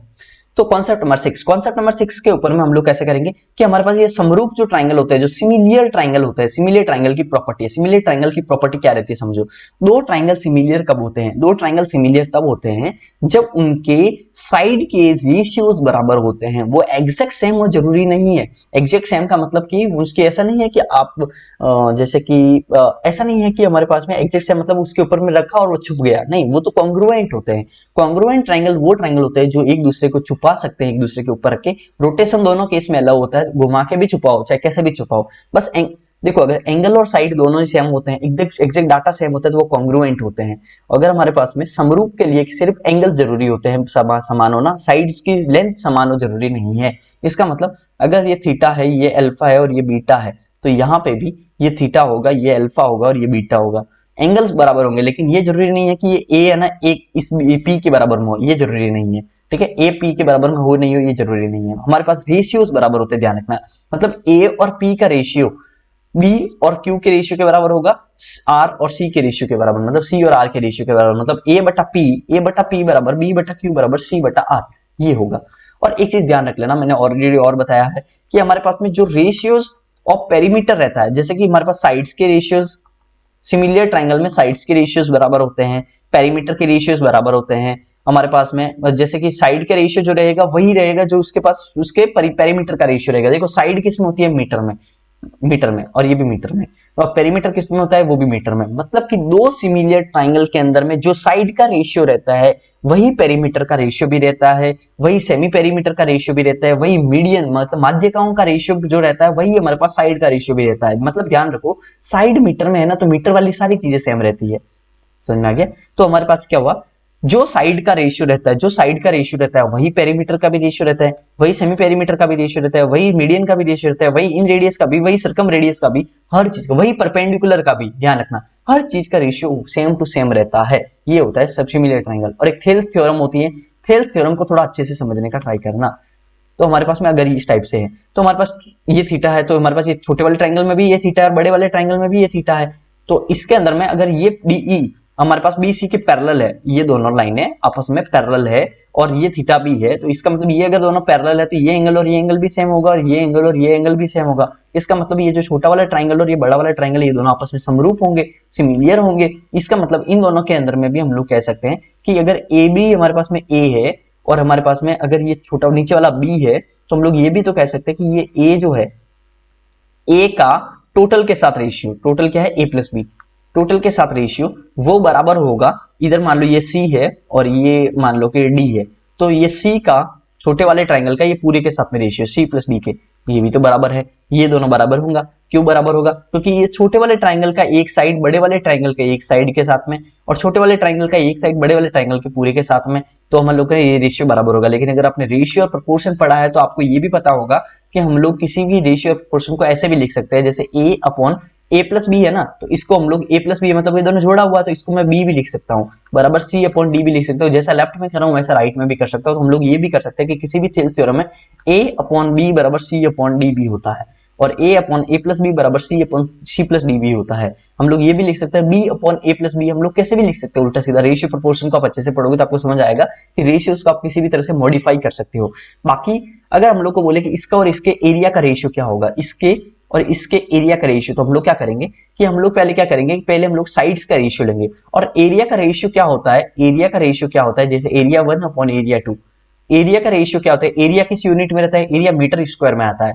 और साइड किस में होता है? साइड मीटर में होता है। तो इसका मतलब मीटर से मीटर स्क्वायर जाना है तो इसका स्क्वायर करना पड़ेगा ना। वही चीज है कि साइड के जो रेशियोज का, साइड का रेशियो है साइड टू, तो इनका स्क्वायर जो रहता है, साइड्स के रेशियो का स्क्वायर ही उनके एरिया के रेशियो के बराबर होता है। और साइड की रेशियो का ही पेरीमीटर का रेशियो, संगत हमारे पास में जो भी रेशियो है मीडियन वगैरह सबके बराबर रहता है। मतलब कि अगर हमारे पास में साइड के रेशियो निकालना हो तो पेरीमीटर का रेशियो ले सकते हो, मीडियन का रेशियो ले सकते हो, सारे सेम रहते हैं। या फिर बोल सकते हो मीडियन का रेशियो निकालना तो वही साइड का रेशियो ले सकते हो, लेकिन अगर एरिया का रेशियो निकालना तो आप साइड के रेशियो का स्क्वायर करेंगे। ठीक है, अब चलते हैं हम लोग मिड पॉइंट थ्योरम, मध्य वाले प्रमेय।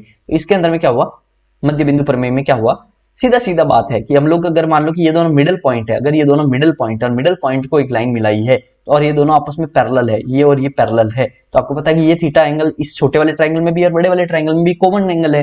तो हमारे पास में क्या होगा, एक चीज समझ लो कि हमारे पास में अगर ये मान लो एक है, अगर ये यहां से यहां तक ये एक है, तो ये अगर मिडिल पॉइंट है तो टोटल तो दो होगी, टोटल दो होगी कि नहीं होगी, यहां से यहां तक अगर ये मिडिल पॉइंट है तो टोटल दो होगी, अगर ये एक है तो ये दो होगी।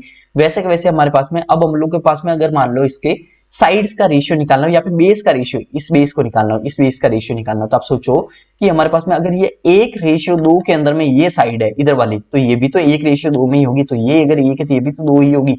अब अगर मान लो एरिया का रेशियो निकालना हो, क्योंकि छोटे ट्राइंगल का एरिया और पूरे बड़े ट्राइंगल का एरिया, मुझे बताओ छोटे ट्राइंगल का एरिया और बड़े ट्राइंगल का एरिया क्या होगा, इनके स्क्वायर कर दो, क्योंकि साइड्स के स्क्वायर का ही तो रेशियो होता है। तो 1 का स्क्वायर 1, 2 का स्क्वायर 4, तो 1/4।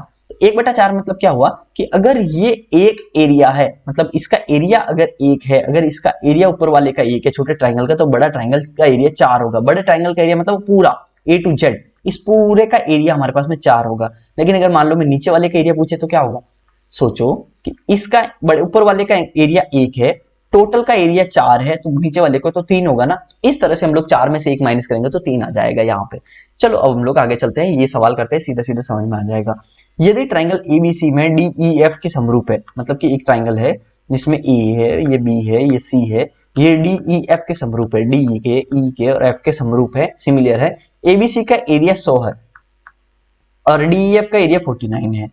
एबीसी की ऊंचाई 4 है, मतलब एबीसी की ऊंचाई कितनी है, ये 4 है, सॉरी 5 है। एबीसी की ऊंचाई कितनी है, एबीसी की ऊंचाई 5 है, तो DEF की संगत ऊंचाई मतलब ये ऊंचाई निकालनी है। आपको कैसे पता चलेगा, बताता हूँ कैसे निकलेगा। आपको ये पता है ना कि जो साइड्स का, ये साइड देखो, साइड कहने का मतलब सिर्फ भुजाई नहीं, साइड बोलो, चाहे पेरीमीटर, चाहे मीडियन, चाहे आपके पास एल्टीट्यूड, हर किसी का जिसका यूनिट मीटर है ना, अगर सिमिलर ट्रायंगल में जिसका भी यूनिट मीटर है, क्योंकि हाइट भी मीटर में आती है, तो वही संगत जो उनके रेशियोज रहते हैं वो सेम बराबर रहते हैं, सारे के सारे बराबर रहते हैं। तो इसका मतलब 5 बट इसको x मान लेता हूं, मतलब साइड्स का रेशियो है ना 5/x, ये साइड का रेशियो 5/x, ये 5/x जो साइड्स के रेशियो का स्क्वायर ही तो हमारे पास में एरिया का रेशियो होता है। एरिया का रेशियो होता है 100/49, साइड के रेशियो का, साइड्स के रेशियो का स्क्वायर ही तो हमारे पास में एरिया का रेशियो होता है। या फिर ये बोल सकते हो एल्टीट्यूड के रेशियो के स्क्वायर के बराबर ही तो हमारे पास एरिया का रेशियो रहता है। मीडियन के रेशियो के स्क्वायर के बराबर ही तो हमारे पास में एरिया का रेशियो रहता है, वही चीज है। तो 5/x बराबर हमारे पास में जगह 10/7, इतना आपको समझ में आ गया होगा। 5/x बराबर ये हो गया 10/7। तो हमारे पास में x बराबर कितना हो जाएगा, ये अंडर रूट ले लिया हमने स्क्वायर हटा के, ठीक है, तो ये हो जाएगा हमारे पास 7×35, 35 में 10 का भाग दिया तो 3.5, ये हो गया 3.5, समझ में आ गया, ये हो गया हमारे पास में 3.5। चलो आगे बढ़ते हैं, ये आपको खुद करना है, इसका आंसर कमेंट सेक्शन में देना है, ठीक है, कमेंट सेक्शन में कॉन्सेप्ट के साथ में, कॉन्सेप्ट नंबर कितना है, जो भी नंबर है उस हिसाब से आपको देना है। और अगर आपने चैनल को सब्सक्राइब नहीं किया है तो जरूर आपको सब्सक्राइब कर देना है। और आपको पूरा का पूरा कॉन्सेप्ट में आपको पूरे 100 कॉन्सेप्ट पढ़ाऊंगा, सारे चैप्टर के, पूरा अर्थमेटिक एडवांस सारे के सारे पढ़ाऊंगा। अगर सब्सक्राइब नहीं किया है तो सब्सक्राइब कर लीजिए, लाइक नहीं किया तो लाइक कर दीजिए, सब्सक्राइब कर दीजिए, अपने दोस्तों के साथ शेयर कर दीजिए कि सुदर्शना आ गया है। कॉन्सेप्ट नंबर 7, कॉन्सेप्ट नंबर 7 के अंदर में क्या होता है कि एक ट्राइंगल है, एक हमारे पास ट्राइंगल है, इस ट्राइंगल के ऊपर में क्या हुआ, ये 90 डिग्री है। अगर हम लोग इस 90 डिग्री ट्राइंगल के ऊपर में से एक यहाँ से जो वर्टेक्स है जहां पे 90 डिग्री बन रहा है उससे सामने वाला हाइपोटेनस पे एक परपेंडिकुलर ड्रॉ करें, मतलब कि ये परपेंडिकुलर ड्रॉ करें, जैसे थोड़ा बड़ा बनाओ, तो ध्यान रखो कि अगर मैं इससे इस पॉइंट से एक परपेंडिकुलर ड्रॉ करता हूं तो अब हमारे पास में क्या होगा, ये हमारे पास अगर A है, ये हमारे पास B है अगर साइड है, और ये परपेंडिकुलर की लेंथ P है, तो हमारे पास में जो ध्यान रखना, मैं बहुत सारी चीजें बता रहा हूं। अगर मान लो कि ये पूरी की पूरी ये x है, ये डिवाइड होके ये y हो गई, ये x हो गई, ये y हो गई, इतना तो हम लोगों के पास में डायग्राम बनाया हुआ है x और y, और ये टोटल के टोटल को मैंने c मान लिया, ठीक है। तो हमारे पास में दो चार चीजें तो है जो मैं आपको डायरेक्ट बता देता हूं, जैसे a है ना, ये b है, तो ये साइड a और b है, तो हमारे पास में जो एरिया में जिस एरिया में ये डिवाइड होगा ना, वो उस एरिया में कैसे में होगा, a² रेशियो b²। ध्यान रखना ये रेशियो लिख रहा हूं, डाटा नहीं लिख रहा हूं, मतलब कि जो एरिया का रेशियो होगा ना, जो ऊपर वाले और नीचे वाले का a1 रेशियो a2, जो एरिया का रेशियो होगा ना वो a² रेशियो b² होगा। ध्यान रखना, ये चीज ध्यान रखना कि जो साइड का रेशियो रहता है, जो साइड का जो हमारे पास मतलब जो हमारे पास साइड्स रहती है, उनका स्क्वायर का जो रेशियो रहेगा वही उसके एरिया का रेशियो रहेगा यहाँ पे इस केस में। और जो यहाँ पे x और y में डिवाइड किया है ना, वो भी x और y का रेशियो भी हमारे पास में a² रेशियो b² ही रहता है। ये भी ध्यान रखना कि ये मतलब ये पूरी c है ना, इस c को अगर मैं a² रेशियो बी स्क्वायर के अंदर मैं बांट दूं तो ऊपर और नीचे वाली साइड्स भी हमारे पास में आ जाएगी, ए स्क्वायर रेशियो बी स्क्वायर। ठीक है, तो इस ये हमारे पास ध्यान रखना कि ये चीज है। एक हमारे पास अलग से प्रॉपर्टी और मैं बता देता हूँ, बहुत सारी प्रॉपर्टीज है इसके अंदर में। अगर आपको इस ऊपर वाले x की वैल्यू निकालनी हो, इस ऊपर वाले x की वैल्यू निकालनी हो तो आप क्या कर सकते हो, ऊपर वाली x की वैल्यू निकालनी हो तो क्या करो, इसका स्क्वायर करो और उसके अंदर में हाइपोटेनस पूरे का भाग दे दो।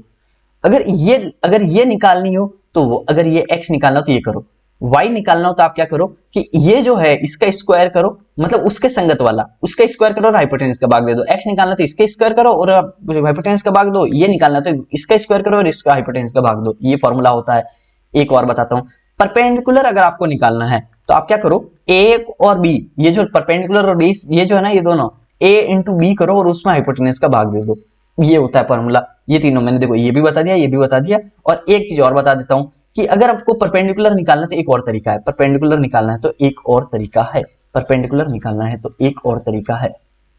क्या तरीका है वो चीज समझते हैं। परपेंडिकुलर निकालने के लिए आप ये भी कर सकते हो कि परपेंडिकुलर का जो स्क्वायर रहता है वो हमारे पास में ये जो डिवाइडेड हुआ है ना एक्स वाई, इन दोनों के मल्टीप्लाई के बराबर रहता है। पी स्क्वायर बराबर एक्स इंटू वाई, तो एक तो हो गया पी स्क्वायर बराबर एक्स इंटू वाई, एक हो गया ए इंटू बी बटा सी, ये भी होता है हमारे पास में, आगे आएगा शायद, ये रहा P बराबर a इंटू बी बटा सी, इसको a इंटू बी बटा सी, ये आ जाएगा।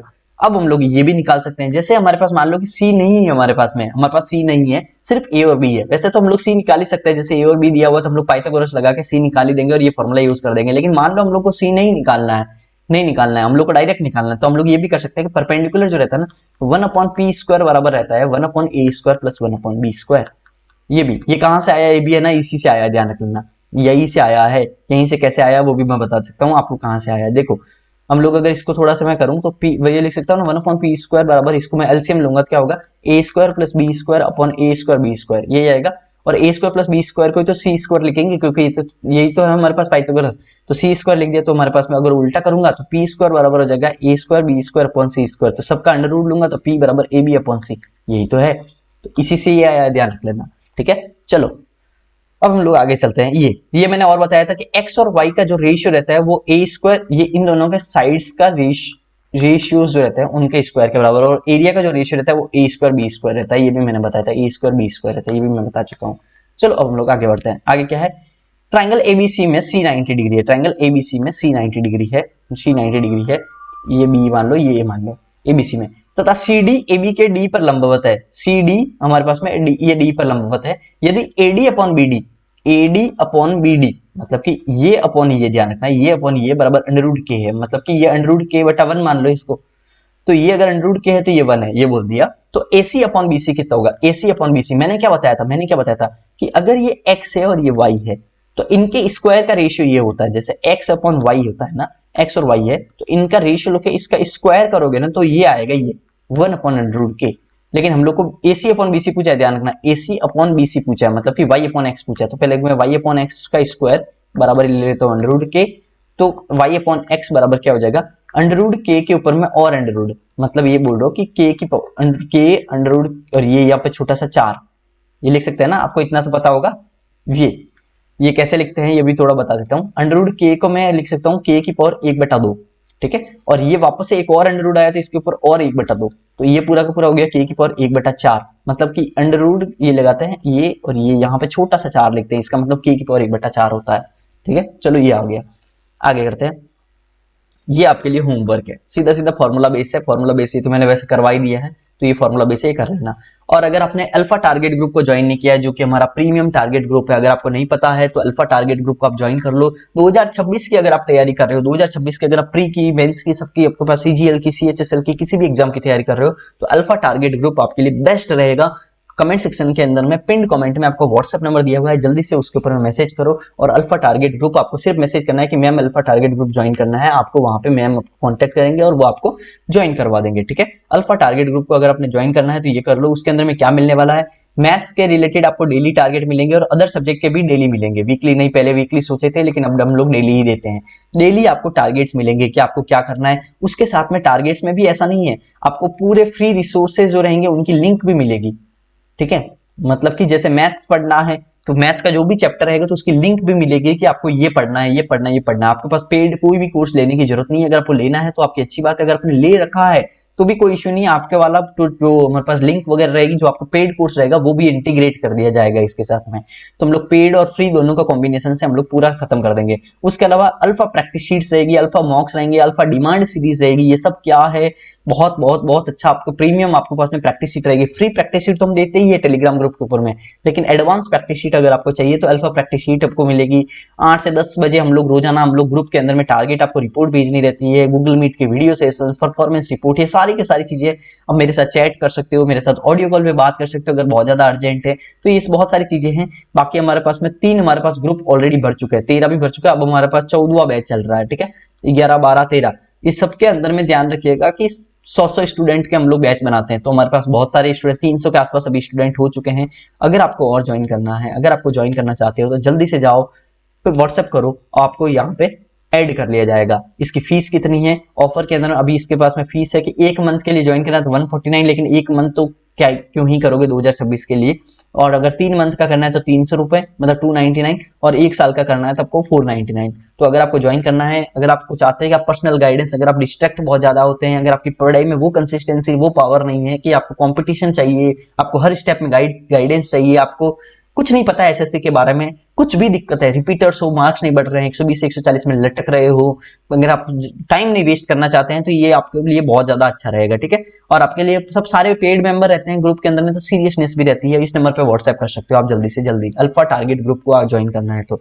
चलो कॉन्सेप्ट नंबर 8, कॉन्सेप्ट नंबर 8 हम लोग करते हैं स्टीवर्ट थ्योरम। स्टीवर्ट थ्योरम के अंदर में क्या रहता है, बहुत नॉर्मल सा चीज है कि अगर हमारे पास में कोई भी ट्राइंगल है, इसके अंदर ये ए है, ये बी है, और ये हमारे पास में कोई भी लाइन एक्स खींची हुई है, ये एम है और ये एन है, बस कोई भी, इसको बोलते हैं सीबीएन। कोई भी हम लोग लाइन खींचते हैं ना, ये सामने वाली से, तो इसको बोलते हैं सीबीएन, CEVIAN, सीबीएन। तो सीबीएन की अगर हमारे पास में लेंथ निकालनी है तो ये फॉर्मूला है स्टीवर्ट थ्योरम का। कैसे निकालोगे कि हम लोग क्या करो, ए स्क्वायर इंटू एन करो, मतलब इसका स्क्वायर करो और इसको इधर वाले से मल्टीप्लाई करो, ए स्क्वायर इंटू एन, फिर इसका स्क्वायर करो और इधर वाले से मल्टीप्लाई करो, इधर वाले से, B square into N plus B square into N बराबर में क्या होगा, इसका स्क्वायर करो और ये पूरा सी बोल लो, ठीक है, ये पूरे को सी बोल देते हैं पूरा, इसका स्क्वायर करो और ये पूरे वाले से मल्टीप्लाई कर दो, एक्स स्क्वायर सी, ध्यान रखना बीच में बराबर है, ध्यान रखना, मतलब इसका स्क्वायर इंटू ये, इसका स्क्वायर इंटू ये बराबर हो जाएगा इसका स्क्वायर इंटू ये प्लस ये एम एन और सी, इन तीनों का मल्टीप्लाई कर दो,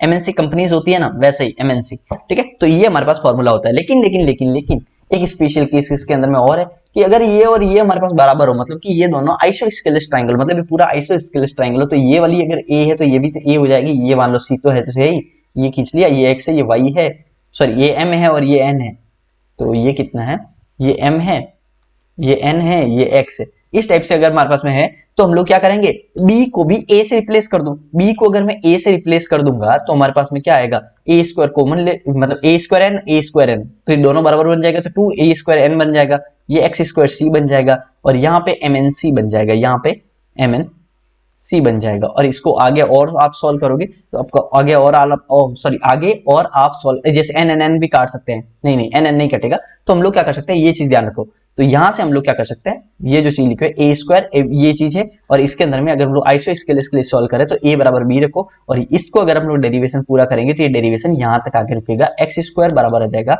ए स्क्वायर माइनस एम एन, ये जो हमारे पास में रहेगा एक्स स्क्वायर बराबर A square minus M N, x square बराबर A square minus M N. तो ये जो है ये फॉर्मूला रहता है आपका आइसोस्केलेस ट्रायंगल के लिए। किसी भी सीवीएन की लेंथ निकालने के लिए आप क्या करो, जो हमारे पास में कॉमन हो, जो हमारे पास में ए है ना, किसी भी एक का हम लोग क्या करेंगे, स्क्वायर करेंगे, ए स्क्वायर, उसमें से एम एन माइनस कर देंगे, बस इतना से करना है, एम इंटू एन करना है। तो हमारे पास में क्या हो गया, एक्स स्क्वायर बराबर हो जाएगा, एक्स स्क्वायर बराबर सीधा सीधा हम लोग को क्या करना है, एक्स स्क्वायर बराबर सीधा सीधा हम लोग को करना है ए स्क्वायर माइनस एम एन, बस इतना से करना है, ज्यादा कुछ नहीं करना, ए स्क्वायर माइनस एम एन, बस इतना से करना है। अगर हम लोग के पास में आइसोस्केलेस है तो ध्यान रखना। लेकिन अगर हम लोग चलते हैं लेंथ ऑफ एंगल बाइसेक्टर की लेंथ है, जैसे हमारे पास में कोई भी ट्राइंगल है जिसमें ये ए है, ये बी है, ये टोटल सी है, और हमारे पास में एक हमारे पास सामने वाला जो एंगल है ना, इस एंगल का एंगल बाइसेक्टर खींचा है, इस एंगल बाइसेक्टर की लेंथ क्या है वो निकालनी है हमारे पास में, एंगल बाइसेक्टर की लेंथ निकालनी है, ये निकालना है। और हमारे पास मान लो कि ये एक्स है और ये वाई है, एक्स और वाई है, इसके अंदर में डिवाइड किया हुआ है। तो अगर इसकी लेंथ निकालनी है तो हम लोग क्या करेंगे, इसकी लेंथ को मान लो मैं पी मान लेता हूं, तो पी की लेंथ निकालनी है तो हम लोग क्या करेंगे, पी स्क्वायर बराबर होता है ए इंटू बी, जो सात वाली भुजाएं हैं उनका गुणा करो, माइनस कर दो एक्स इंटू वाई, बस इतना सही रहता है। बस ये चीज ध्यान रखना, ये सारे फॉर्मूला ध्यान रख लेना, एक एक चीज फॉर्मूला ध्यान रखना, इसके ऊपर न्यूमेरिकल में आगे बताता हूं। आगे दी गई आकृति में एबीसी एक समद्विबाहु त्रिभुज है, समद्विबाहु त्रिभुज मतलब ये 12 है तो ये भी 12 है, ये 12 लिखा हुआ है, अगर आपको नहीं दिख रहा है तो ये 12 है तो ये भी 12 है, जिसमें AB बराबर AC बराबर 12 है, AB बराबर AC बराबर 12 है, DBC का एक बिंदु है जिसमें BD बराबर 5 है, BD बराबर 5 है, CD बराबर 4 है, CD बराबर 4 है, ये 5 है, ध्यान रखना ये 5 है, ये 4 है, ये 12 है, ये 12 है, तो AD बताओ, तो AD बताओ, ये x ये बताना है। तो हमारे पास मैंने क्या बताया था, एक्स स्क्वायर बराबर क्या हो जाएगा, ये हमारे पास में एक्स स्क्वायर बराबर मैंने क्या बताया था, सॉरी एक्स मतलब इस तरह से लिखोगे तो आपको ज्यादा फायदा होगा, जैसे जैसे मैंने क्या बताया था, एक्स स्क्वायर बराबर मैंने बताया था A B minus M N, sorry या फिर ए बी के बी तो यहाँ पे है ही नहीं, तो बी बराबर ए के बराबर में है, तो यहाँ पे ये लिख सकते हैं एक्स स्क्वायर बराबर A square minus M N, मतलब A B minus M N भी लिख सकते हो, लेकिन बी बराबर ए ही तो है, तो यहाँ पे क्या कर सकते हो, ए स्क्वायर माइनस एम एन भी लिख सकते हो, तो एक्स स्क्वायर बराबर A square minus M N, ये फॉर्मूला है। तो हमारे पास में एक्स स्क्वायर निकालना है, तो एक्स स्क्वायर बराबर ए स्क्वायर, ए क्या होता है, जो कॉमन हमारे पास में जो समद्विबाहु त्रिभुज की जो बराबर वाली साइड है वो होती है, तो 12 का स्क्वायर माइनस, ये आइसोस्केलेस ट्रायंगल ना, उसके लिए स्पेशल केस है, नहीं तो फिर आप ऐसे करते 12 स्क्वायर इंटू 4 फिर 12 स्क्वायर इंटू 5 बराबर एक्स स्क्वायर इंटू 9, तो इस टाइप से प्लस एमएनसी फिर एक्स इंटू 5 इंटू 4, इस तरह से करते हैं। अगर हमारे पास में नॉर्मल हमारे पास में कोई भी ट्रायंगल होता तो वो लगाते हैं स्टीवर्ट थ्योरम, ये स्टीवर्ट थ्योरम का स्पेशल केस लगा रहे हैं हम लोग। माइनस एमएन, एमएन क्या होगा 5 इंटू 4 5 20, बस 12 12 144 माइनस 20, तो ये हो जाएगा 124, तो 124 हमारे पास में कैसे आएगा, 4 चौक 16, ये यूनिट डिजिट गलत हो गया, 2 दूनी 4, ये हो जाएगा, जैसे 31 इंटू 4 कितना होता है 31 इंटू 4 बोल सकते हैं ना, 31 इंटू 4 भी तो 124 ही होता है, तो x बराबर हो जाएगा 2√31, ठीक है, ये आ गया आंसर। चलो आगे चलते हैं, आगे ये आपको खुद से करना है, ये आपको खुद से करना है, ठीक है, ये आपको खुद से करना है और आपको होमवर्क करके जवाब देना है, होमवर्क करके आपको क्या करना है, जवाब देना है बहुत अच्छे से। चलो अब हम लोग चलते हैं कॉन्सेप्ट नंबर 9 के ऊपर में, एक सेकेंड, कॉन्सेप्ट नंबर 9 के ऊपर में चलते हैं। कॉन्सेप्ट नंबर 9 के अंदर में क्या है कि अगर हमारे पास में कोई भी ट्रायंगल है, अगर हमारे पास में कोई भी ट्रायंगल है और अगर हमारे पास में कोई भी ट्रायंगल है और इसके अगर मैं मान लो कि इन सेंटर, ये हमारे पास में इन सेंटर है, ये हमारे पास में इन सेंटर है, और इन सेंटर कहां से आता है वो भी थोड़ा बता देते हैं। इन सेंटर आता है हमारे पास में एंगल बाइसेक्टर्स जो रहते हैं, angle bisector internal angle bisectors रहते हैं, उनके मिलाने से ये हमारे पास में इन सेंटर आ गया है। इन सेंटर, अब इन सेंटर अगर हमारे पास में, तो इन सेंटर को हम लोग ऐसे करके ये एक सर्कल बना दिया। अगर मान लो कि आपको कोई भी सवाल पूछे कि हमारे पास में एक ट्राइंगल है, उसके अंदर में एक ये इन सेंटर वाला पॉइंट है, इन सेंटर वाला पॉइंट है, ये इन सेंटर वाला पॉइंट है, अगर हमारे पास में ये ए डिग्री है तो बताओ कि ये कितना होगा, ये एंगल कितना होगा, जो इन, ये ध्यान रखना ये इन सेंटर वाला पॉइंट है, इन सेंटर के ऊपर बनने वाला एंगल जो रहता है, जो इंटरनल में मतलब जो अंदर में ट्राइंगल के अंदर में जो इन सेंटर के ऊपर में बनने वाला एंगल रहता है वो रहता है 90 डिग्री प्लस a/2, ध्यान रखना 90 degree plus a/2, 90 degree plus a/2। अगर मान लो आपको ये एंगल निकालना हो तो आएगा 90 डिग्री प्लस a/2। अगर आपको मान लो कि ये एंगल निकालना हो, ये वाला एंगल, तो होगा 90 degree plus b/2, 90 degree plus b/2 मतलब उसके सामने वाला, इसके अपोजिट वाला, इसके अपोजिट वाला a है, इसके अपोजिट वाला b है और इसके अपोजिट वाला c है, तो हमारे पास 90 डिग्री प्लस c/2। बस इतना सा ध्यान रखो, बस इतना ध्यान रखोगे तो आपका काम बन जाएगा। लेकिन एक और चीज होता है कि अगर मैं मान लो इसको थोड़ा एक्सटेंड करूं, इसको थोड़ा एक्सटेंड करूं, इसका मैं बाइसेक्टर लूं एक्सटर्नल वाला और इसका बाइसेक्टर लूं एक्सटर्नल वाला, ये अभी इन इसके ऊपर में ये सेंटर आता है और इसके ऊपर में इस तरह से सर्कल बनता है, तो इसको बोलते हैं एक्स सर्कल, ठीक है, एक्स सर्कल मतलब बहिर्केंद्र, बहिर्केंद्र, ठीक है, मतलब एक्स सर्कल मतलब बहिर्वृत्त, बहिर्वृत्त का सेंटर हो गया बहिर्केंद्र, तो ये हो गया एक्स सेंटर, एक्स सेंटर। तो एक्स सेंटर के ऊपर में हमारे पास में ये खींचा गया है, ये खींचा गया है, और अब हम लोग को मान लो ये एंगल निकालना हो, ये एंगल मतलब एक ट्राइंगल है, एक ट्राइंगल में ये ए एंगल है, इसके अंदर में बनाओगे ये आई, ये इन सेंटर हो गया, तो ये हो गया 90 डिग्री प्लस a/2, ठीक है। लेकिन अगर मान लो यही चीज में थोड़ा आगे खिसकाऊं, आगे खिसकाऊं और ये करूं और ये करूं,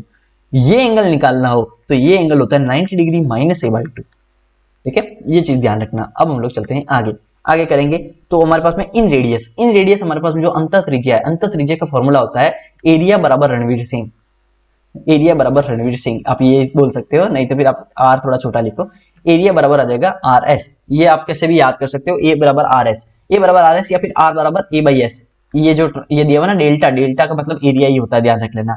किसी भी ट्राइंगल के लिए जो इन रेडियस निकालना है, इन रेडियस निकालना है, ये जो इन रेडियस निकालना है, ये जो इन रेडियस निकालना है, इस आर की वैल्यू निकालने के लिए ध्यान रखना जो अंतः केंद्र होता है ना वो किसी भी साइड से समान दूरी पे होता है क्योंकि रेडियस के बराबर में। तो इन रेडियस निकालने का फॉर्मूला होता है इस ट्राइंगल का एरिया निकालो और उसके अंदर में सेमी पेरीमीटर का भाग दे दो, तो ये हमारे पास में आ जाता है। एक हमारे पास में एक और चीज आती है, एक और क्या आता है, अगर इन रेडियस निकालना है तो इन रेडियस का जो हमारे पास में जो 1/r जो रहता है, 1/r इन रेडियस का 1/r वो हमारे पास में हाइट्स जो रहती है, 3 हाइट्स रहती है ना, यहाँ से परपेंडिकुलर ड्रॉ किया, यहाँ से परपेंडिकुलर ड्रॉ किया, यहाँ से परपेंडिकुलर ड्रॉ किया, तो तीनों के तीनों जो हाइट्स रहते हैं उनका ये मान लो रिवर्स वाला रेशियो लेंगे, ठीक है। तो हमारे पास में ये हमारे पास फॉर्मूला इसके अंदर सेटिस्फाई करेगा, 1/r बराबर 1/h1 plus 1/h2 plus 1/h3। ये हमारे पास में चीजें आ गई है, ठीक है। चलो अब हम लोग आगे बढ़ते हैं। आगे हमारे पास क्या होगा, इन radius of A right angle triangle, किसी भी राइट एंगल ट्राइंगल के लिए, किसी भी राइट एंगल ट्राइंगल के लिए अगर ये P है, अगर ये P है और अगर ये B है और ये अगर ये H है, तो हमारे पास में इन रेडियस R की वैल्यू होती है P plus B minus H, P plus B minus H divide by 2। तो ये हमारे पास में फॉर्मूला होता है। अब हम लोग चलो ये करते हैं, इसके अंदर में क्या होता है, कोई भी हमारे पास अगर समबाहु त्रिभुज होता है, इक्विलेटरल ट्राइंगल होता है, कोई भी हमारे पास अगर समबाहु त्रिभुज होता है जिसकी तीनों भुजाएं एक समान होती है, तो इसके इन रेडियस का फॉर्मूला जो r बराबर रहता है वो रहता है a/2√3। ध्यान रखना a/2√3 रहता है। और हमारे पास अगर मैं बोलूं कि वही सर्कम रेडियस का फॉर्मूला जो रहता है हमारे पास किसी भी इक्विलेटरल ट्राइंगल के लिए वो रहता है a/√3। इसका है ना थोड़ा डबल रहता है, ध्यान रखना, इसका डबल है हमारे पास में, सॉरी इसका ये आधा है और इसका ये डबल है, ध्यान रखना। इन रेडियस जो रहता है किसी भी इक्विलेटरल ट्राइंगल के लिए, किसी भी इक्विलेटरल ट्राइंगल के लिए जो इन रेडियस का दुगना होता है वही हमारे पास सर्कम रेडियस होता है, ध्यान रख लेना, ठीक है। ये क्यों होता है वो भी चीज आपको पता होगा कि ये हमारे पास कहीं पे इन रेडियस, किसी भी समबाहु त्रिभुज में इन रेडियस सर्कम रेडियस ये सारे एक ही sorry incentre circumcentre ये सब एक ही जगह पे रहते हैं, ये यहीं पे रहते हैं, और यही सेंट्रोइड भी रहता है, और सेंट्रोइड 2:1 में डिवाइड करता है। ये हमारे पास कैपिटल R होगा, ये हमारे पास स्मॉल r होगा, 2:1 में डिवाइड करेगा तो ये हो गया ना r/r बराबर 2:1। तो यहां से r बराबर आ जाएगा r/2, r बराबर आ जाएगा r/2, या फिर ये बोल सकते हो 2r बराबर हो जाएगा r, 2r बराबर हो जाएगा r, यही तो मैंने बताया था। तो ये भी कर सकते हो, कुल मिला के माध्य का वाला यूज कर दिया।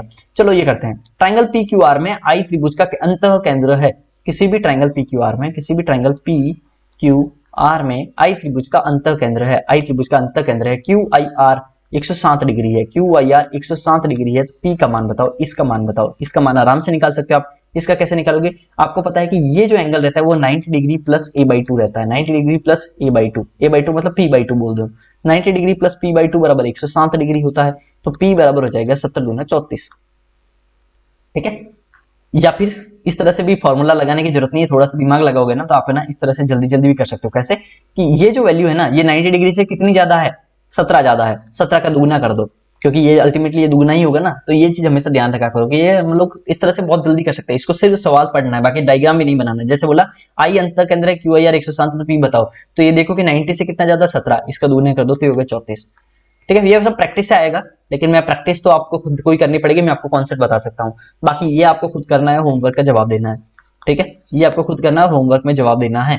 चलो आगे करते हैं, कॉन्सेप्ट नंबर 10, सर्कम सेंटर, परिकेंद्र। परिकेंद्र के लिए फॉर्मूला क्या है, परिकेंद्र के लिए बस एक छोटी सी चीज है कि हमारे पास में परिकेंद्र क्या है कि कोई भी ट्राइंगल है, कोई भी ट्राइंगल है, इसके अंदर में मान लो कि ये परिकेंद्र है, ये परिकेंद्र है, तो परिकेंद्र पे जो बनने वाला एंगल रहता है, परिकेंद्र पे बनने वाला जो एंगल रहता है वो हमारे पास में, परिकेंद्र पे बनने वाला जो एंगल रहता है वो इसका देखो, अगर ये मान लो कि ये परिकेंद्र है, मतलब कि ये हमारे पास सेंटर है, सेंटर आपको ये पता ही है कि मैंने सर्कल अभी भी पढ़ाया था थोड़े दिन पहले, तो हमारे पास में अगर ये थीटा है, तो आपको पता है ये 2 थीटा होगा। मैंने बताया था ना कि सेंटर पे दुगुना बनता है एंगल, सेंटर पे खुला हुआ भी आपको दिख ही रहा है कि अगर ये थीटा है और अगर ये बोलूं तो ये 2 थीटा होगा, ध्यान रखना ये 2 थीटा होगा क्योंकि ये इससे बड़ा होगा, और आपको पता है कि ये हमारे पास सर्कम सेंटर है, सर्कम सेंटर के अंदर में सेंटर पे बनने वाला एंगल ना दुगुना होता है जो सर्कमफ्रेंस पे बनता है उसका, बस इतना सा ध्यान रखो, ये परिकेंद्र आ जाएगा। अब इसके अंदर में परिकेंद्र की जो परित्रिज्या है, जो सर्कम रेडियस है, उसको निकालने का फॉर्मूला क्या है, किसी भी ट्राइंगल है तो उसकी तीनों साइड लो, तीनों साइड का मल्टीप्लाई करो, डिवाइड में करो, 4 करो और उस ट्राइंगल का एरिया कर दो, बस इतना सा करना है, 4 इंटू एरिया या फिर 4 into delta, ABC/4 delta, ABC/4 delta, ABC/4 delta. और सर्कम रेडियस के लिए तो ये हो गया, और इन सेंटर के लिए, इन रेडियस के लिए हमारे पास में क्या था, ये था R बराबर एरिया अपॉन S, ठीक है, area upon semi perimeter. Semi perimeter कैसे निकलता है पता है ना, उसमें जो S था ना, उसके अंदर में जो एस था ना, ये एस बराबर आता है A plus B plus C by two, ध्यान रख लेना। ठीक है, चलो आगे चलते हैं। आगे हमारे पास में चीजें चलेंगे तो हम लोग क्या होगा, और तो सेंटर निकालने का ट्रिक देंगे। तो देखो इन रेडियस का फॉर्मूला क्या था, इन रेडियस के अंदर में हमारे पास में अगर ये ए था तो ये हमारे पास में 90 degree plus A by two आया था। जैसे ये है, ये ए था तो ये हमारे पास में ये जो था वो 90 degree plus A by two आया था। लेकिन सरकम रेडियस के अंदर में क्या आया था, वो आया था 2a। और अगर हम लोग ये हमारे पास में लंब केंद्र और तो सेंटर में आएगा 180 डिग्री माइनस ए। ये तीनों फॉर्मूला याद कर लेना, ये इन रेडियस के लिए, ये सरकम रेडियस सॉरी इन सेंटर के लिए, ये सरकम सेंटर के लिए, और ये हमारे पास में ऑर्थो सेंटर के लिए। तो ये ऑर्थो सेंटर में ज्यादा कुछ नहीं है, ये हमारे पास अगर थीटा है तो ये हमारे पास 180 डिग्री माइनस थीटा होगा।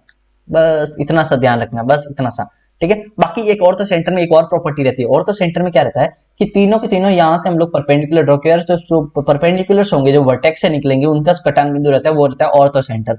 जो भी वर्टेक्स से परपेंडिकुलर खींचा जाता है सामने वाली साइड के ऊपर में, उनका मिलान बिंदु ही ऑर्थो सेंटर होता है, लंब केंद्र होता है। वहां पे बनने वाला एंगल 180 डिग्री माइनस ये होता है। लेकिन यहाँ पे एक और प्रॉपर्टी क्या है कि आप ये करोगे ना, ये इंटू ये बराबर में होता है ये इंटू ये। जैसे ए है, ये बी है, ये सी है और ये डी है, मान लो ये पार्ट, हाँ ये पार्ट जैसे सर्कल में होता है ना, दो कॉर्ड हम लोग करेंगे तो ये ए है, ये बी है, ये सी है और ये डी है, तो हम लोग क्या करेंगे, ए इंटू बी बराबर सी इंटू डी।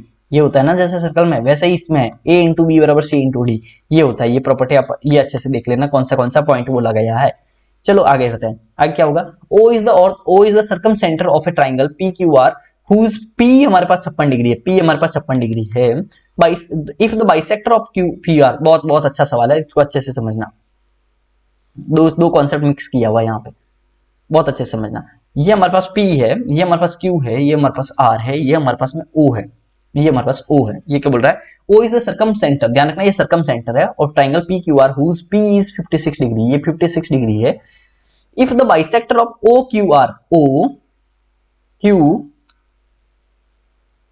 क्यू आर का एंगल बाइसेक्टर ऑफ और O R Q intersect O R Q, इन दोनों का एंगल बाइसेक्टर ऐसे है। ये हम लोग के पास एम पे मीट किया है, बोल रहा है। पहले तो ये बोला सर्कम सेंटर है, अब हम लोग सर्कम सेंटर वाली ये जो लाइन है, इनका भी एंगल बाइसेक्टर एम पे मीट करता है। Then what is the measure of Q M R, ये एंगल निकालना है। तो अब मुझे बताओ, अगर ये 56 है तो आपको पता है कि सर्कम सेंटर पे बनने वाला एंगल इसका दुगना होगा, आपको पता है ना, ये 2 थीटा होता है, तो 56 का दुगना क्या होगा, 112। इतना आपको पता है, 112 हो गया, 56 का दुगना 112। लेकिन आपको पता है कि जैसे ही ये बोला ना एंगल बाइसेक्टर, और आपको ये पता है कि एंगल बाइसेक्टर्स जहां पे कटते हैं वो इन सेंटर होता है। ठीक है, तो ये इन सेंटर है, एंगल बाइसेक्टर का मिलने वाला पॉइंट इन सेंटर कहलाता है। तो ये इन सेंटर है, और इनडायरेक्टली हम लोग को इन सेंटर बोला है, डायरेक्ट नहीं बोला, एंगल बाइसेक्टर बोल दिया, इसका मतलब इन सेंटर है। तो इसका मतलब ये एंगल कितना हो जाएगा, ये हो जाएगा 90 degree plus A by two. और ए कौन सा, ये वाला, क्योंकि अब हम लोग के लिए ये ट्राइंगल कोई काम का नहीं है ना, ऊपर वाला सिर्फ यही काम का है। इसका एंगल बाइसेक्टर तो 90 degree plus A by two, तो 90 degree plus A by two मतलब 90 डिग्री प्लस 112/2, 112/2 मतलब 56, तो ये हो जाएगा 146 डिग्री। ये हमारे पास आंसर आ गया। अंडरस्टूड। चलो आगे चलते हैं, ये आपको खुद करना है होमवर्क। ठीक है, एक सवाल में एक सवाल आप, एक सवाल में एक सवाल आप, ये आपके लिए और ज्यादा मैंने होमवर्क दे दिया है। ये अच्छे से ये भी कर लेना आप, दोनों आप ना अच्छे से करना, दोनों अगर आप अच्छे से करोगे तो आपको बहुत अच्छे से समझ में आ जाएगी चीजें। और इसके अंदर में भी कुछ नहीं है, आपको ध्यान रख लेना, एक अधिक कोण त्रिभुज है एबीसी में, कोण ए अधिक कोण है और ओ लंब केंद्र है, बीओसी 54 है, तो बीएसी का मान बताओ, 180 में से माइनस कर देना, आपका आंसर आ जाएगा। ठीक है, क्योंकि 180 डिग्री माइनस थीटा होता है, बस आपका आंसर आ ही जाएगा। ठीक है, आगे चलो, आगे करते हैं। ये सब मैं आपको सवाल दिया हूं, ये क्यों दिया है, ये बहुत अच्छे से सवाल सारे क्यों दिए, क्या क्या आप प्रैक्टिस कर पाओ। ठीक है, मैं डिलीट करना चाहता नहीं था, तो मैं बाकी डिलीट भी कर सकता था। ठीक है, तो अगर आपने चैनल को सब्सक्राइब नहीं किया है तो आप सब्सक्राइब करो, कमेंट अभी कभी कमेंट करो, और मुझे बताओ कि भाई 50% लेक्चर खत्म हो गया। आपको कमेंट करना है 50% कंप्लीटेड, ये कमेंट करना है, क्योंकि मेरी मेहनत को आपको क्या करना है, सराहना है। सराहना समझते हो ना, मतलब कि अप्रिशिएट करना है। सब्सक्राइब करो और चैनल को सब्सक्राइब करके मुझे बताओ कि ये लेक्चर आपके लिए कैसा जा रहा है। ठीक है, चलो अब हम लोग आगे बढ़ते हैं। आगे बढ़ते हैं, कितना हुआ है, 1 घंटा 10 मिनट हुआ है। ठीक है, चलो आगे चलते हैं।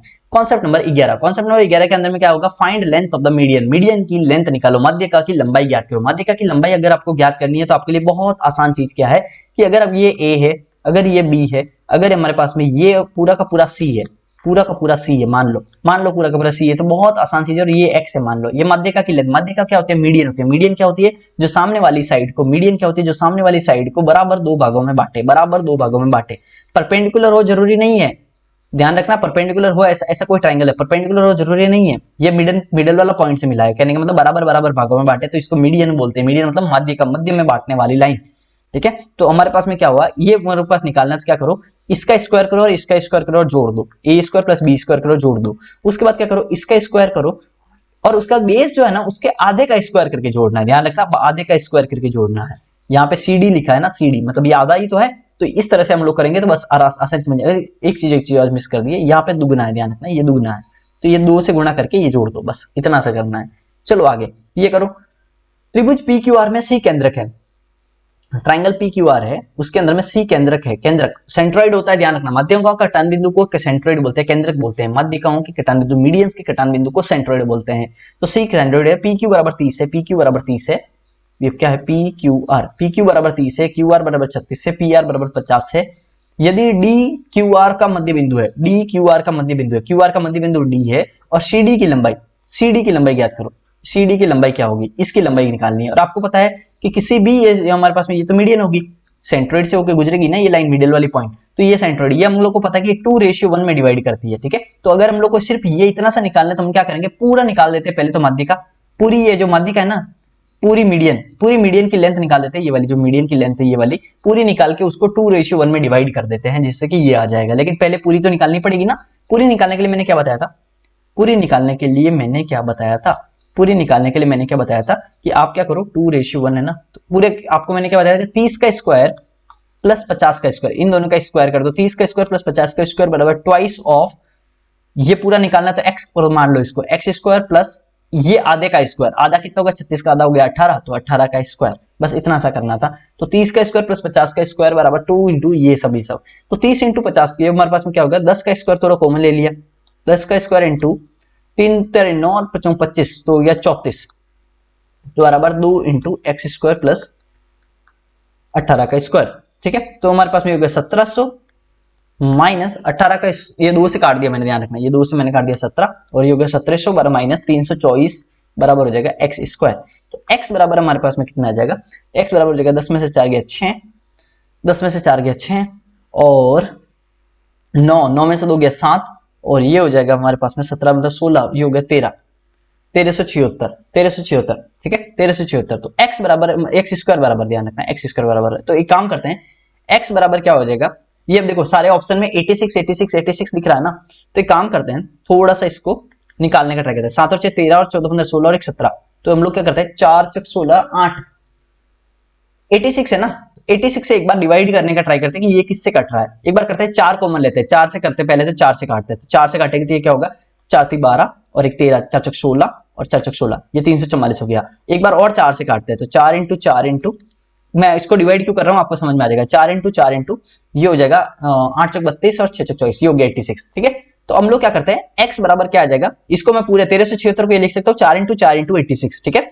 अब x बराबर है देखो 4 स्क्वायर को तो मैं अंडर रूट बाहर आ जाएगा तो 4 आएगा और ये हो जाएगा अंडर रूट 86, तो इसका मतलब ये जो पूरी माध्यिक है ना वो आई 4 अंडर रूट 86। लेकिन यहाँ पे क्या होगा 4 अंडर रूट 86 तो आ गई, लेकिन हम लोग को नीचे वाला ही निकालना है, पूरा 1:2 है ना, ये नीचे वाला ही निकालना है। नीचे वाला निकालने के लिए मतलब 1/3 निकालना है, मतलब 1 तो ये नीचे वाला भाग है, टोटल 3 है, मतलब 3 की वैल्यू 4 अंडर रूट 86 के बराबर है, मतलब टोटल हमारे पास 3 है ना, 2 और 1 3, 3 की वैल्यू 4 अंडर रूट 86 के बराबर में, तो 1 की वैल्यू कितनी होगी 4 अंडर रूट 86 डिवाइड बाई 3, समझ में आ गया। चलो आगे बढ़ते हैं, आगे क्या होगा, ये आपको होमवर्क, ठीक है ये होमवर्क है, मतलब कमेंट सेक्शन में जवाब देना, ध्यान रखना होमवर्क का मतलब कमेंट सेक्शन में जवाब देना है। 12वां कॉन्सेप्ट क्या है, क्वाड्रिलेटरल के ऊपर में, क्वाड्रिलेटरल के ये एक बहुत ही अच्छा आसान सा सवाल हमारे पास में क्या आता है कि अगर हमारे पास में कोई भी क्वाड्रिलेटरल है, अगर इसका इंटरनल एंगल बाइसेक्टर और इसका भी इंटरनल एंगल बाइसेक्टर को अगर मैं बोलूं और इसके ऊपर में एंगल निकालना हो, तो ये जो 2 बचे हुए एंगल है, इन दोनों बचे हुए एंगल का एवरेज होता है, इन दोनों का एवरेज कहने का मतलब कि इन दोनों एंगल को जोड़ो, ए और डी है ना, इन दोनों को जोड़ो और उसका आधा कर दो, a plus D divide by 2, बस इसका आधा कर दो, ये एंगल आ जाएगा। एंगल बाइसेक्टर के अंदर में ये एंगल जो रहता है वो इन दोनों के एंगल का सम का आधा होता है, मतलब कि एवरेज होता है, बस कुछ नहीं। ए बी सी डी अगर हमारे पास में कोई भी ट्राइंगल है, ए बी सी और D, A B C D वैसे ऐसे लिखते हैं, कभी भी सीक्वेंस चेंज नहीं करते हैं, ए बी सी डी, ठीक है। सी 72 है, राइटिंग का मत बोलना, जल्दी जल्दी भी करना है हम लोग को, राइटिंग जमा के यहाँ पे कुछ नहीं करना है। 28 से समझ में आनी चाहिए चीजें, क्योंकि डायग्राम को अच्छा बनाने से क्या ही होगा, क्या मिल जाएगा आपको अच्छा बनाने से, अच्छा बना के टाइम पास थोड़ी करना है, आपको चीजें समझ आनी चाहिए। ठीक है, चलो आगे करते हैं। तो ये हो गया ए बी सी डी, ये 72 है, ये 28 है। ए और बी का कौन समद्विभाजक, ए और बी का कौन समद्विभाजक ओ पर मिलता है, ये ऊपर मिलता है, तो ए और बी का माप बताओ, मतलब इसका ये एंगल निकालना है, ये क्या होगा, इन दोनों का एवरेज होगा। 70 और 80 90 90 और ये हो गया 100 100 बटा 2 मतलब 50, समझ में आ गया ना। 28 प्लस 72 डिवाइड बाई 2, बस इतना ही करना है, ये 50 आ जाएगा। चलो आगे चलते हैं, ये आपके लिए होमवर्क है, ये आपके लिए क्या है, होमवर्क है। चलो आगे चलते हैं। आगे हो गया हमारे पास में कॉन्सेप्ट नंबर 13, जिसके अंदर में आएगा रोम्बस। रोम्बस का मतलब क्या होता है पहले वो समझो। एक हमारे पास होता है वर्ग, वर्ग मतलब स्क्वायर, एक होता है स्क्वायर, इसको यहां से एक थप्पड़ मारो, इसको यहां से थप्पड़ मारो तो क्या हो गया, ये और ये और ये ऐसे घुस गया, ऐसे घुस गया, तो इसको बोलते हैं रोम्बस। ठीक है, रोम्बस की प्रॉपर्टी क्या होती है, रोम्बस की प्रॉपर्टी होती है, रोम्बस की प्रॉपर्टी होती है कि जो उसके उसके ये विकर्ण होते हैं, डायगोनल होते हैं ना, वो एक दूसरे को 90 डिग्री पे कट करते हैं, ध्यान रखना 90 डिग्री पे कट करते हैं, ये 90 डिग्री पे कट करते हैं, और मिडिल में भी कट करते हैं, ध्यान रखना मिडिल में भी कट करते हैं, क्योंकि सिमेट्री है ना, थोड़ी सिमेट्री है, तो हमारे पास मिडिल में भी कट करते हैं और 90 डिग्री पे भी कट करते हैं। तो हम लोग क्या करेंगे, इसका ये डेरिवेशन करते हैं एरिया का। एरिया ऑफ रोम्बस कैसे निकालेंगे, समझो कि ये मान लो कि ये डायगोनल है, अगर ये डायगोनल है, ये डायगोनल D1 है और ये डायगोनल पूरा D2 है, मान लो ये डायगोनल D1 और D2, डायगोनल बोल रहा हूँ, ध्यान रखना, थोड़ा यहाँ लिखने के बजाय थोड़ा सा अच्छे से ही लिखते हैं ना। मान लो ये पूरा पूरा यहाँ से यहाँ तक ये डायगोनल है, पूरा पूरा D1 है, और यहाँ से यहाँ तक पूरा डायगोनल है, और वो पूरा पूरा D2 है। लेकिन अब मान लो कि मैं सिर्फ और सिर्फ इस 90 डिग्री वाले ये जो ट्राइंगल है ना, इस ये और ये इस ट्राइंगल की बात करूं, तो मैंने बताया था मिडिल पॉइंट पे टच करेगा, मतलब अगर ये टोटल D1 है तो ये वाली साइड D1/2 हो जाएगी। इतना तो समझ में आ रहा है, ये वाली साइड ये D1/2 हो जाएगी, ये कितनी हो जाएगी, ये D2/2 हो जाएगी।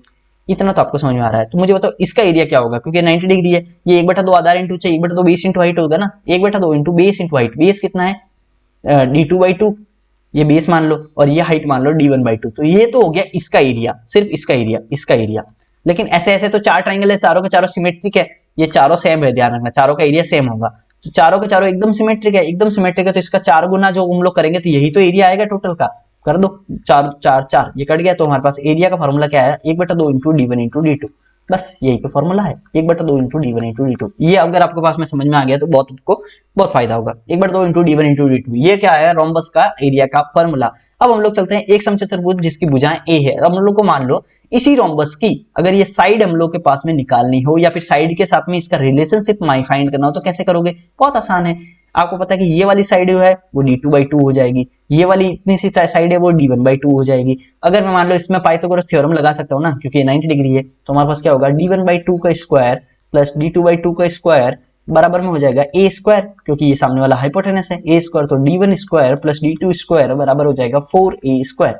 तो ये डेरिवेशन भी आ गया। इसका मतलब क्या हुआ, इसका मतलब क्या हुआ कि किसी भी रोम्बस के अंदर में, किसी भी रोम्बस के अंदर में अगर आपको डायगोनल्स दिया हुआ हो और उसकी साइड निकालनी हो, तो आप फॉर्मूला लगा सकते हो D1 square plus D2 square बराबर में हो जाएगा 4A स्क्वायर। ये फॉर्मूला लगा सकते हो किसी भी रोम्बस के अंदर में। चलो सवाल करते हैं। एक समचतुर्भुज की भुजा 26 है। समचतुर्भुज मतलब उसके रोम्बस की साइड है 26 and one of the diagonal is 48। What is the area of the rhombus, area of the rhombus निकालने के लिए हम लोग के पास में 1/2 इंटू D1 इंटू D2 ये फॉर्मूला होता है। D1 और D2, तो D2 निकालना पड़ेगा, दूसरा डायगोनल निकालना पड़ेगा, और हम लोग के पास एक साइड दे रखी है, तो हमारे पास फॉर्मूला क्या था, D1 square plus D2 square बराबर में होता है 4A स्क्वायर। तो D1 स्क्वायर कितना है, D1 स्क्वायर मतलब एक डायगोनल का स्क्वायर कितना है 48 का स्क्वायर, प्लस D2 स्क्वायर कितना है, D2 कहां गया, D2 तो निकालना है, सॉरी, D2 स्क्वायर और 4 इंटू A स्क्वायर, A कितना है 26 का स्क्वायर। इतना समझ में आया कि नहीं आया, बहुत अच्छे से आपको समझ में आ गया होगा। अब हम लोग करते हैं D2 स्क्वायर बराबर हो जाएगा 48 का स्क्वायर माइनस ये 4 और 26 है ना, इसको 4 को मैं 2 स्क्वायर लिख देता हूँ, काम करता हूँ 2 स्क्वायर, तो इसको मैं थोड़ा अंदर घुसा दूंगा, 26 दूना 52, तो 52 का स्क्वायर, ये भी कर सकते हैं हम लोग। इतना तो आपको समझ में आया ही होगा ना, ये कर सकते हैं ना।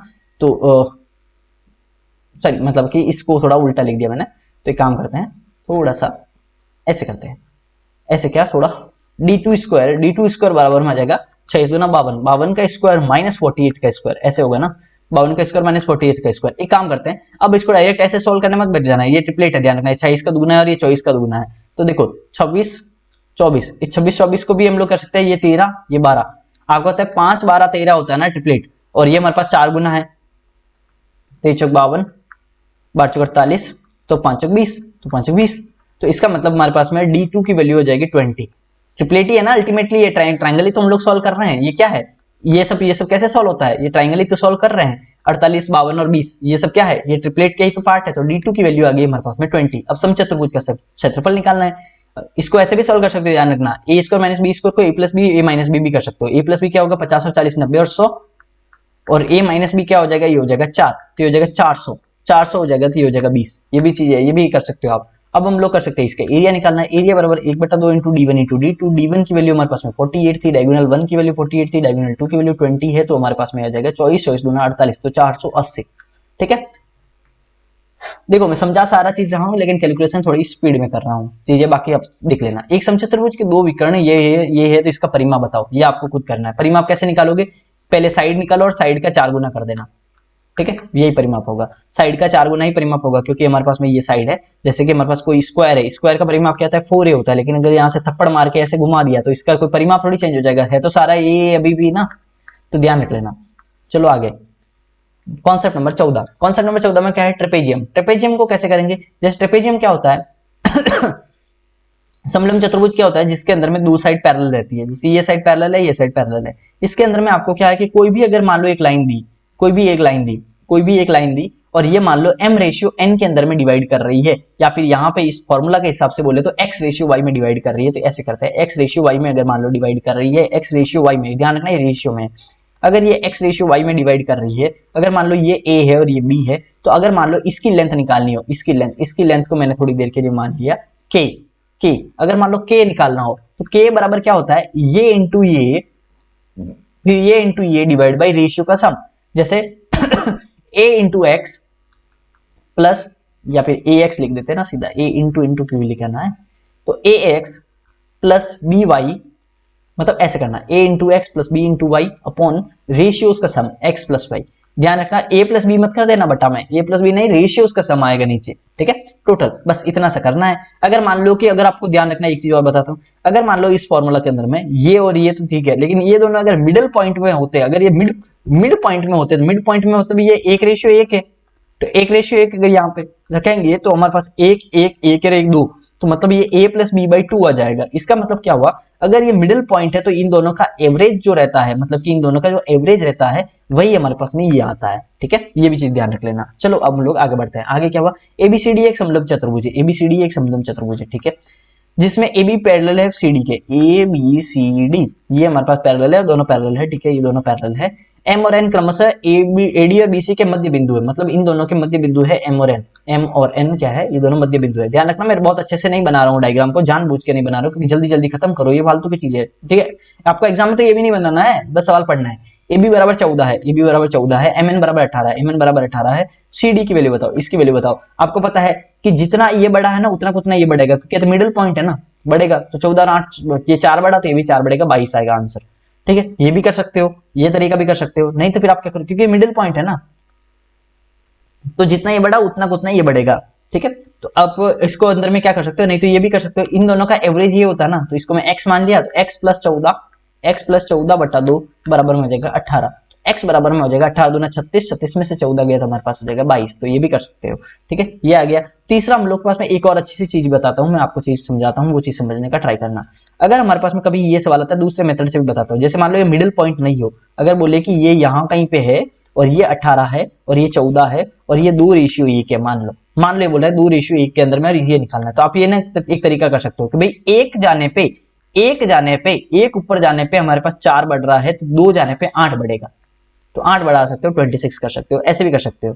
ठीक है, ध्यान रखना, ये जिस रेशियो में होता है उस रेशियो पे कर सकते हो। ठीक है, जैसे मैं एक और चीज बता देता हूँ, जैसे मान लो कि ये बोलता है 14 है, ये हमारे पास मान लो 2:5 है। ठीक है, 2:5 के अंदर में है और ये हमारे पास 18 है, तो हम लोग को पता है कि 2 जाने में 4 बढ़ा, 2 जाने में 4 बढ़ा, तो 1 जाने में 2 बढ़ेगा, तो 5 जाने में 10 बढ़ेगा, तो ये 28 हो जाएगा। तो इस तरह से भी कर सकते हो, नहीं तो फॉर्मूला तो है ही 5 × 14 प्लस 2 × x, ऐसे करके 2 × x बटा 5 प्लस 2 7, वो करके 7 फिर ये निकाल सकते हो, जैसे आराम से निकाल सकते हो। ठीक है, तो इस तरीके से भी कर सकते हो और इस तरीके से भी बढ़ा सकते हो रेशियो से, तो ये भी करो। चलो ये करो, ये होमवर्क में देना है। ठीक है, चलो आगे। पॉलीगॉन, पॉलीगॉन का हम लोग आ गए हैं कॉन्सेप्ट नंबर 15 के ऊपर में आ चुके हैं। अगर आपको अच्छा लग रहा है तो लाइक करो, शेयर करो, सब्सक्राइब करो।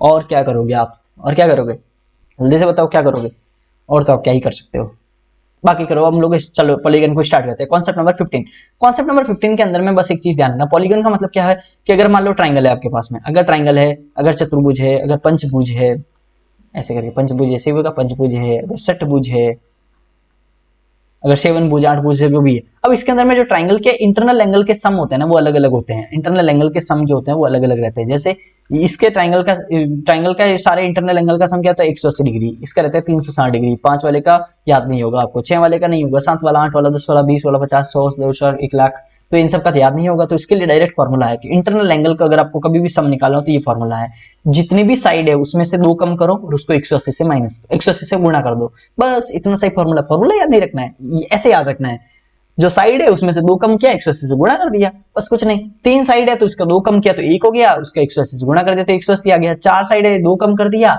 तो हमारे पास में हो गया 2, 2 को 180 से किया तो 360 आ गया। 5 साइड है तो 2 कम कर दिया तो हो गया 3, 18 ये हो गया 54, मतलब 540। अगर ये 6 साइड है तो हमारे पास में 2 कम कर दिया तो 4 आ गया, 18 72, 720। तो इस तरह से हम लोग को बस करना है, ये चीज ध्यान रखना।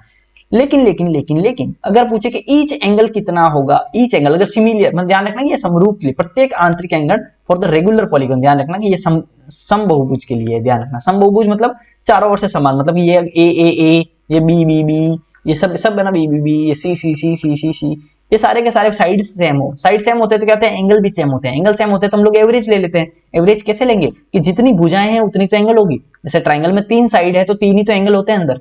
तो हम लोग क्या करेंगे कि जितने हमारे पास टोटल एंगल है, टोटल एंगल को हम लोग n से डिवाइड कर देंगे, जितनी भुजा है उससे डिवाइड कर देंगे तो हमारे पास में एक एक एंगल आ जाएगा, क्योंकि सारे एंगल सेम रहेंगे तो बस n से डिवाइड कर देना है। एक चीज आपके लिए इंपॉर्टेंट यहाँ पे एक और है, जैसे ट्राइंगल है, ट्राइंगल के अंदर में ये एक्सटर्नल एंगल है, ये एक्सटर्नल एंगल है और ये एक्सटर्नल एंगल है। इन तीनों का जो एक्सटर्नल एंगल का सम होता है वो होता है 360 डिग्री। लेकिन चतुर्भुज में जाते हैं, चतुर्भुज में ये एक्सटर्नल है, ये एक्सटर्नल है, ये एक्सटर्नल हो गया, यहाँ पे ये एक्सटर्नल हो गया, ये एक्सटर्नल हो गया, तो हमारे पास ये एक्सटर्नल एंगल के जो सम होते हैं ना वो भी हमारे पास 360 डिग्री होता है। पंचभुज के अंदर में भी एक्सटर्नल एंगल जो होगा वो उसके सम जो रहेंगे वो हमारे पास में 360 रहेंगे। जैसे ये हो गया, ये हो गया, ये हो गया और ये हो गया, ऐसे ऐसे करके जो भी एंगल रहेंगे ना, जो एक्सटर्नल एंगल, ध्यान रखना इंटरनल एंगल का टोटल इंटरनल एंगल हमारे पास में n-2 इंटू 180 डिग्री होता है। लेकिन एक्सटर्नल एंगल हमेशा और हमेशा किसी भी टाइप के बहुभुज पॉलीगन के अंदर में 360 डिग्री ही होता है। इसका मतलब ये क्या लिखा हुआ है, n भुजाओं वाले बहुभुज के लिए सभी बाह्य कोणों का योगफल हमेशा और हमेशा और हमेशा और हमेशा 360 डिग्री ही होता है। ये चीज ध्यान रखना, टोटल एक्सटर्नल एंगल का सम 360 डिग्री ही होता है, चाहे वो किसी भी टाइप का ट्राइंगल या फिर किसी भी टाइप का पॉलीगन क्यों ना हो। ठीक है, चलो आगे चलते हैं। The sum of the interior angle of a regular polygon is 1260 degree, मतलब टोटल इंटीरियर एंगल का सम कितना दिया हुआ है, 1260 डिग्री दिया हुआ है। अब बोलते हैं what is the difference between the exterior angle और इंटीरियर एंगल के पॉलीगन के बीच में डिफरेंस क्या है। पहले इंटीरियर और एक्सटीरियर निकालने से पहले हम लोग को साइड्स तो निकालनी पड़ेगी। अगर 1260 मान लो हमारे पास में है, 1260 टोटल हमारे पास में एंगल है, तो हम लोग देख लेते हैं कि 1260 किस पॉलीगन का हमारे पास में ये एंगल होता है, किस पॉलीगन के इंटरनल एंगल का सम ये होता है। तो हमारे पास में n-2 इंटू 180 डिग्री ये फॉर्मूला होता है। 0 से 0 कट गया, 18 8 126 होता है और n बराबर हो गया 8 और 2 10। तो मतलब 10 भुजाओं वाला जो हमारा 10 भुज होगा ना, 10 भुजाओं वाला, उस 10 भुजाओं वाले हमारे पास जो पॉलीगन होगा उसका हमारे पास में एंगल का सम रहेगा 1260 डिग्री। लेकिन अब बोल रहा है इंटीरियर और एक्सटीरियर, जो प्रत्येक इंटीरियर और एक्सटीरियर एंगल है ना, एक्सटीरियर इंटरनल एंगल का जो होता है उनका हमारे पास में डिफरेंस निकालना है। What is the difference between N exterior angle and interior angle of the polygon. तो हमारे पास में क्या हुआ, इंटीरियर और एक्सटीरियर कैसे निकालोगे कि भाई टोटल हमारे पास में एक्सटीरियर एंगल कितना होता है 360 डिग्री होता है। वो अगर 10 भुजाएं हैं तो 10 से डिवाइड कर दो तो एक एक्सटीरियर एंगल कितना आएगा 36 डिग्री। हमें पता है कि एक्सटीरियर तो हमेशा ही 360 रहता है तो ये आएगा 36 डिग्री। लेकिन लेकिन लेकिन लेकिन लेकिन क्या है कि हमारे पास इंटीरियर एंगल कितना है 1260 है, 1260 डिग्री इंटीरियर है, लेकिन भुजाएं कितनी है 10 है, तो हमारे पास एंगल भी कितने होंगे 10 होंगे। तो एक एंगल कितने का हो जाएगा, अगर समान है तो 126 हो जाएगा। ठीक है, क्योंकि सम बहुभुज है ना, सम बहुभुज होगा ना, रेगुलर पॉलीगन है, रेगुलर पॉलीगन में सारे एंगल सेम होते हैं। तो अब इन दोनों का डिफरेंस कितना है 126 माइनस 36 बराबर हो जाएगा 90। तो ये हो जाएगा 90। अंडरस्टूड। चलो आगे, concept number 16, diagonal of A polygon. Diagonal of A polygon क्या है कि ट्राइंगल है, ट्राइंगल के अंदर में डायगोनल कितने होते हैं 0। ट्राइंगल में आप कोई भी डायगोनल थोड़ी बना सकते हो, इससे और इससे मिलाओगे तो साइड ही बन जाएगी। लेकिन हमारे पास में रेगुलर ये हमारे पास है तो 2 डायगोनल है, लेकिन हमारे पास मान लो कि ये हमारे पास में ये है, तो हमारे पास बहुत सारे डायगोनल है, इसको इससे भी मिला सकते हो, इसको इससे भी मिला सकते हो, इसको इससे भी मिला सकते हो, इसको इससे भी मिला सकते हो, हर किसी को किसी से भी मिला सकते हो, इसको इससे भी मिला सकते हो। तो ऐसे करके डायगोनल्स बहुत सारे बनते हैं। तो हम लोग क्या करेंगे कि इस टाइप के चीजों के, इस टाइप के केस के लिए हम लोग डायगोनल ऐसे गिनेंगे थोड़ी, कैसे गिनेंगे? तो इसके लिए फॉर्मूला दिया जाता है। फॉर्मूला कैसे है? n-3 डिवाइड बाई 2, ये हमारे पास टोटल डायगोनल गिनने के फॉर्मूला है। जैसे हमारे पास ट्राइंगल में 0 होता है, तो ट्राइंगल में साइड्स कितनी है? 3 है ना, मतलब ट्राइंगल में साइड्स कितनी है? 3 साइड्स है, तो 3 साइड जब 3 - 3 0, तो हमारा डायगोनल कितने होंगे? 0। 4 साइड वाले में 4 में से 3 गया 1 × 4/2, मतलब कि 2। तो हमारे पास बहुभुज में 2 ही, हमारे पास सॉरी स्क्वायर वगैरह में 2 ही तो होते हैं, रेक्टेंगल वगैरह में। तो हम लोग को बस इसमें ना total number of the sides, जितनी हमारे पास साइड्स है उसको हम लोग यहाँ पे वैल्यू पुटिंग कर देते हैं, हमारे पास में आंसर आ जाता है। ठीक है, चलो हम लोग आगे बढ़ते हैं। द इंटीरियर फॉर्मूला क्या था, याद रख लेना। फॉर्मूला तो आपको याद रखना है, n-2 divide by n-3 divide by 2, बस ये फॉर्मूला आपको याद रखना है। चलो आगे करते हैं। The interior angle of a regular polygon is 36 degree more than 5 times of its one exterior angle, find the number of the diagonal और इन ए पॉलीगन। तो number of the diagonal in A polygon निकालने से पहले हम लोग को n निकालना पड़ेगा, और n के बिना हमारा आएगा नहीं। n कैसे निकालोगे, ये कंडीशन दी हुई है। अब देखना बहुत अच्छे से, मैं इक्वेशन बना रहा हूं, समझना। The interior angle of a regular polygon is 36 more than interior angle of a regular polygon is interior angle of a regular polygon is 36 more than the 5 times of its exterior angle, 5 times of its exterior angle. तो अब हमारे पास क्या हो गया कि हमारे पास interior angle जो है वो 5 टाइम्स ऑफ एक्सटीरियर एंगल के 36, ये हमारे पास करके ये इक्वेशन हम लोग को दे रखी है कि भाई एक्सटीरियर एंगल का 5 गुने से 36 ज्यादा है इंटीरियर एंगल, इतना बोल दिया। अब मुझे बताओ किसी भी ट्राइंगल का इंटीरियर एंगल का क्या क्या फॉर्मूला होता है? 180 degree, sorry n-2 into 180 degree, ये तो हो गया भाई टोटल इंटीरियर एंगल। लेकिन टोटल इंटीरियर एंगल की बात नहीं की गई है, ये किसी भी एक एंगल की बात की गई है, ध्यान रखना। ठीक है, एक एंगल में हमारे पास हो जाएगा n-2 into 180 degree divide by n। ठीक है, तो n-2 इंटू 180, क्योंकि डिवाइड बाई n क्यों करेंगे? क्योंकि रेगुलर पॉलीगॉन है, तो एक एंगल कितना हो जाएगा? एक एंगल हमारे पास में कितना हो जाएगा? डिवाइड बाई n कर देंगे, बराबर 5 into exterior angle. Exterior angle कितना होगा? 360 डिग्री डिवाइड बाई n। ठीक है, एक एंगल क्या होगा? एक्सटीरियर टोटल 360 होता है, उसमें n का डिवाइड करोगे 360 बटा n प्लस 36। ठीक है, अब हम लोग क्या करेंगे? n ये एलसीएम लेके इधर भेज दो, तो n काट दो और ये n इधर लगा दो। बात तो वही है ना, एलसीएम लेके इतना तो आपको कैलकुलेटर आता ही होगा। अब काट देते हैं, ये काटा काटी करते हैं, 18 से काट देते हैं, 18 ये 10 बार कटेगा, ये 18 दूना 36, ये 20 बार कटेगा, और ये 18 दूना 36, ये 2 बार कटेगा। अब हम लोग और कुछ काटे नहीं, तो एक काम करते हैं, सोल्व कर दे, स्टार्ट करते हैं। तो ये हो जाएगा 10n माइनस 10 दूना 20 बराबर हो जाएगा 5 दूनी 10 100 प्लस ये हो जाएगा 2n।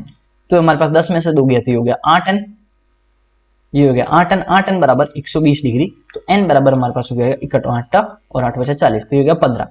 8 8 बचा 40, 15 8 120, तो n बराबर 15 हो गया। लेकिन अब हमारे पास बहुभुज के विकर्णों की संख्या बताओ। विकर्णों की संख्या कैसे निकालोगी? विकर्णों की संख्या होती है n-3 डिवाइड बाई 2। तो n कितने हो गए? 15। 15 में से 3 गया, कितना हो गया? 12। 12 बटा 2 हो गया, ये हो गया 6, 15 6 90, ये हो गया आंसर। समझ गए? ये टोटल हमारे पास डायगोनल के नंबर ऑफ द डायगोनल हो गया, total number of the diagonal. ठीक है, तो ये आ गया 90। चलो अब हम लोग आगे करते हैं। आगे ये आपका है होमवर्क। ठीक है, होमवर्क है। आगे चलो आगे, ये भी आपके लिए होमवर्क है। ये भी आपके लिए होमवर्क है। एक बहुभुज में 8 आंतरिक कोण में से प्रत्येक की माप हमारे पास 165 डिग्री है। प्रत्येक की हमारे पास में 165 डिग्री है, तो टोटल कितने हो गया?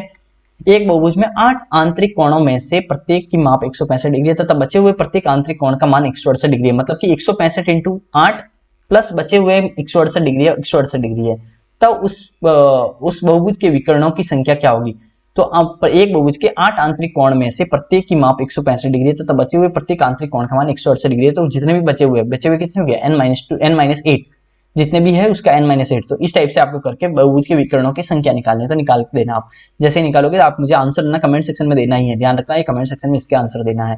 अब चलते हैं कॉन्सेप्ट नंबर 17। कॉन्सेप्ट नंबर 17, अब टाइम कितना हुआ है? 8 बजे है। ठीक है, कॉन्सेप्ट नंबर 17, कॉन्सेप्ट नंबर 17, 18 और 19 और 20 हमारे पास में कितने? 4 कॉन्सेप्ट बताना है। चारों कॉन्सेप्ट बहुत अच्छे से समझ लेना।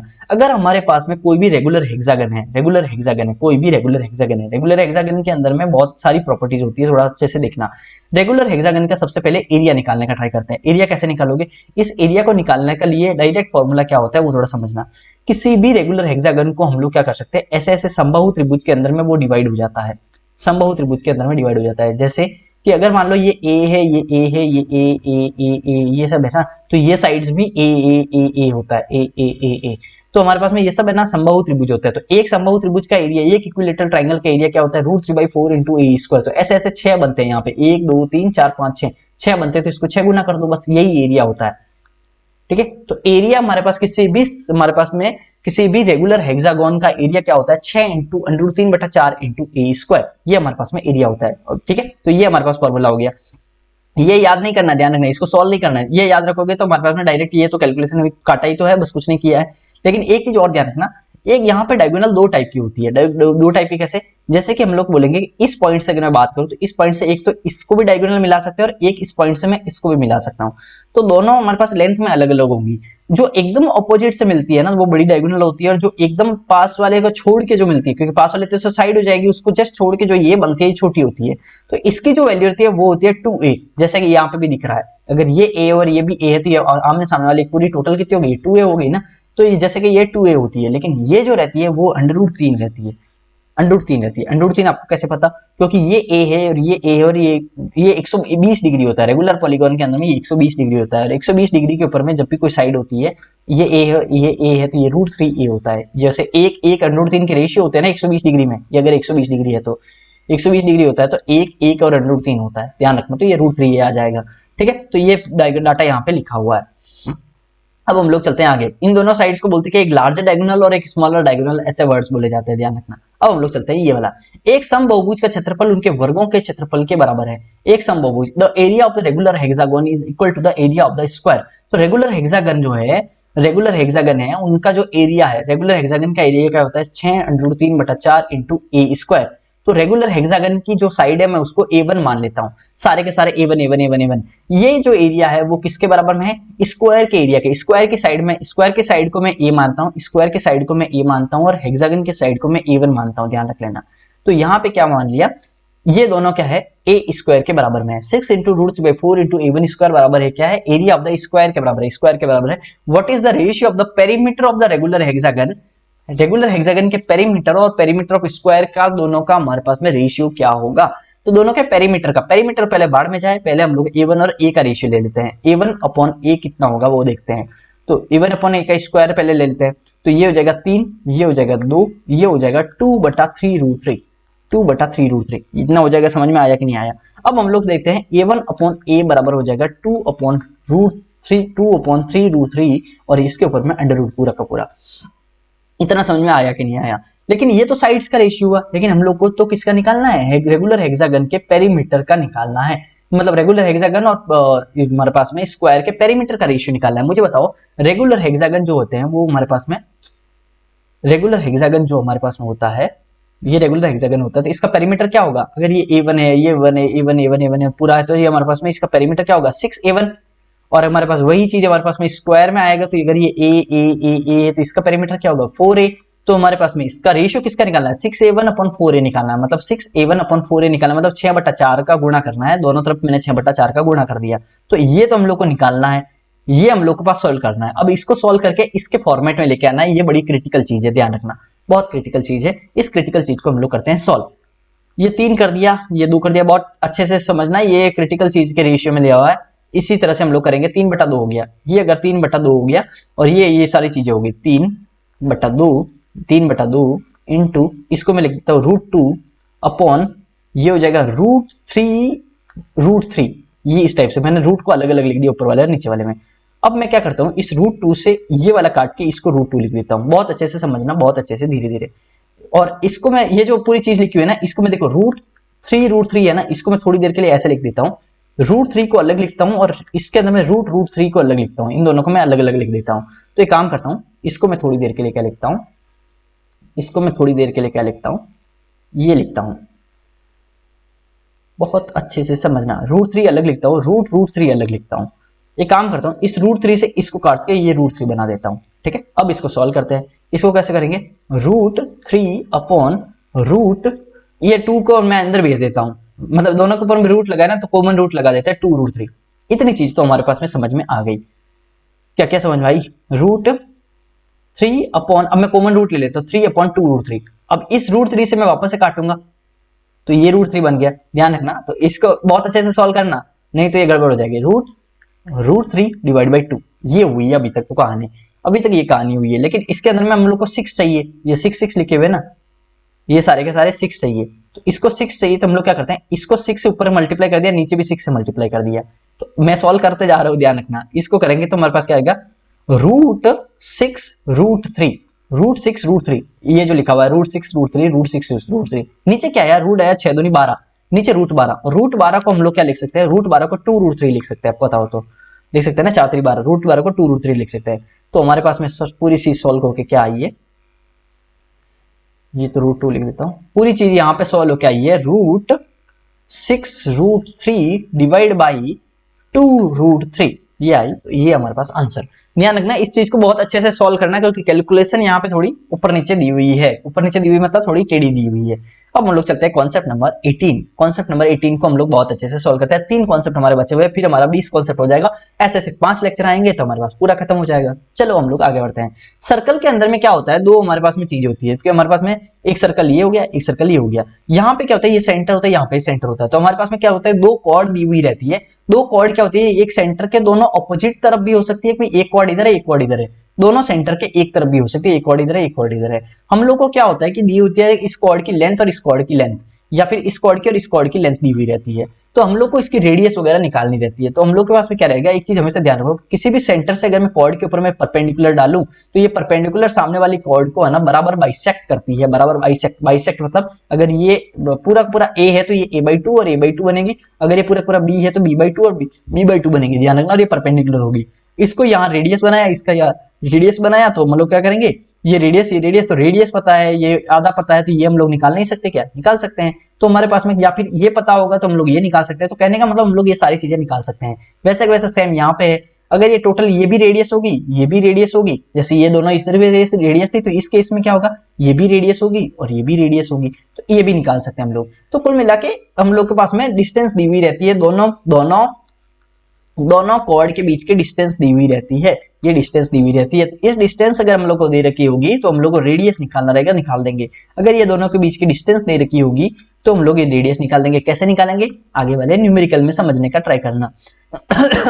दो जीवा ए बी, एक हमारे पास ये सर्कल है, दो जीवा ए बी बराबर 36 सेंटीमीटर एंड सी डी बराबर 48 सेंटीमीटर है, और ये ए बी और सी डी पैरेलल है, और दोनों जीवाएं केंद्र से विपरीत और है। केंद्र से विपरीत और कहने का मतलब क्या हुआ कि एक ऊपर है तो एक नीचे है, एक 36 है और एक 36 है और एक 48 है, एक 36 है और एक 48 है। अब मुझे बताओ, अगर एक 36 है तो ये अगर मैं परपेंडिकुलर ड्रॉ करूं दोनों तरफ मैंने परपेंडिकुलर ड्रॉ किया तो हमारे पास में ये 18 हो जाएगी और ये 24 हो जाएगी, इसकी आधी आधी हो जाएगी ना।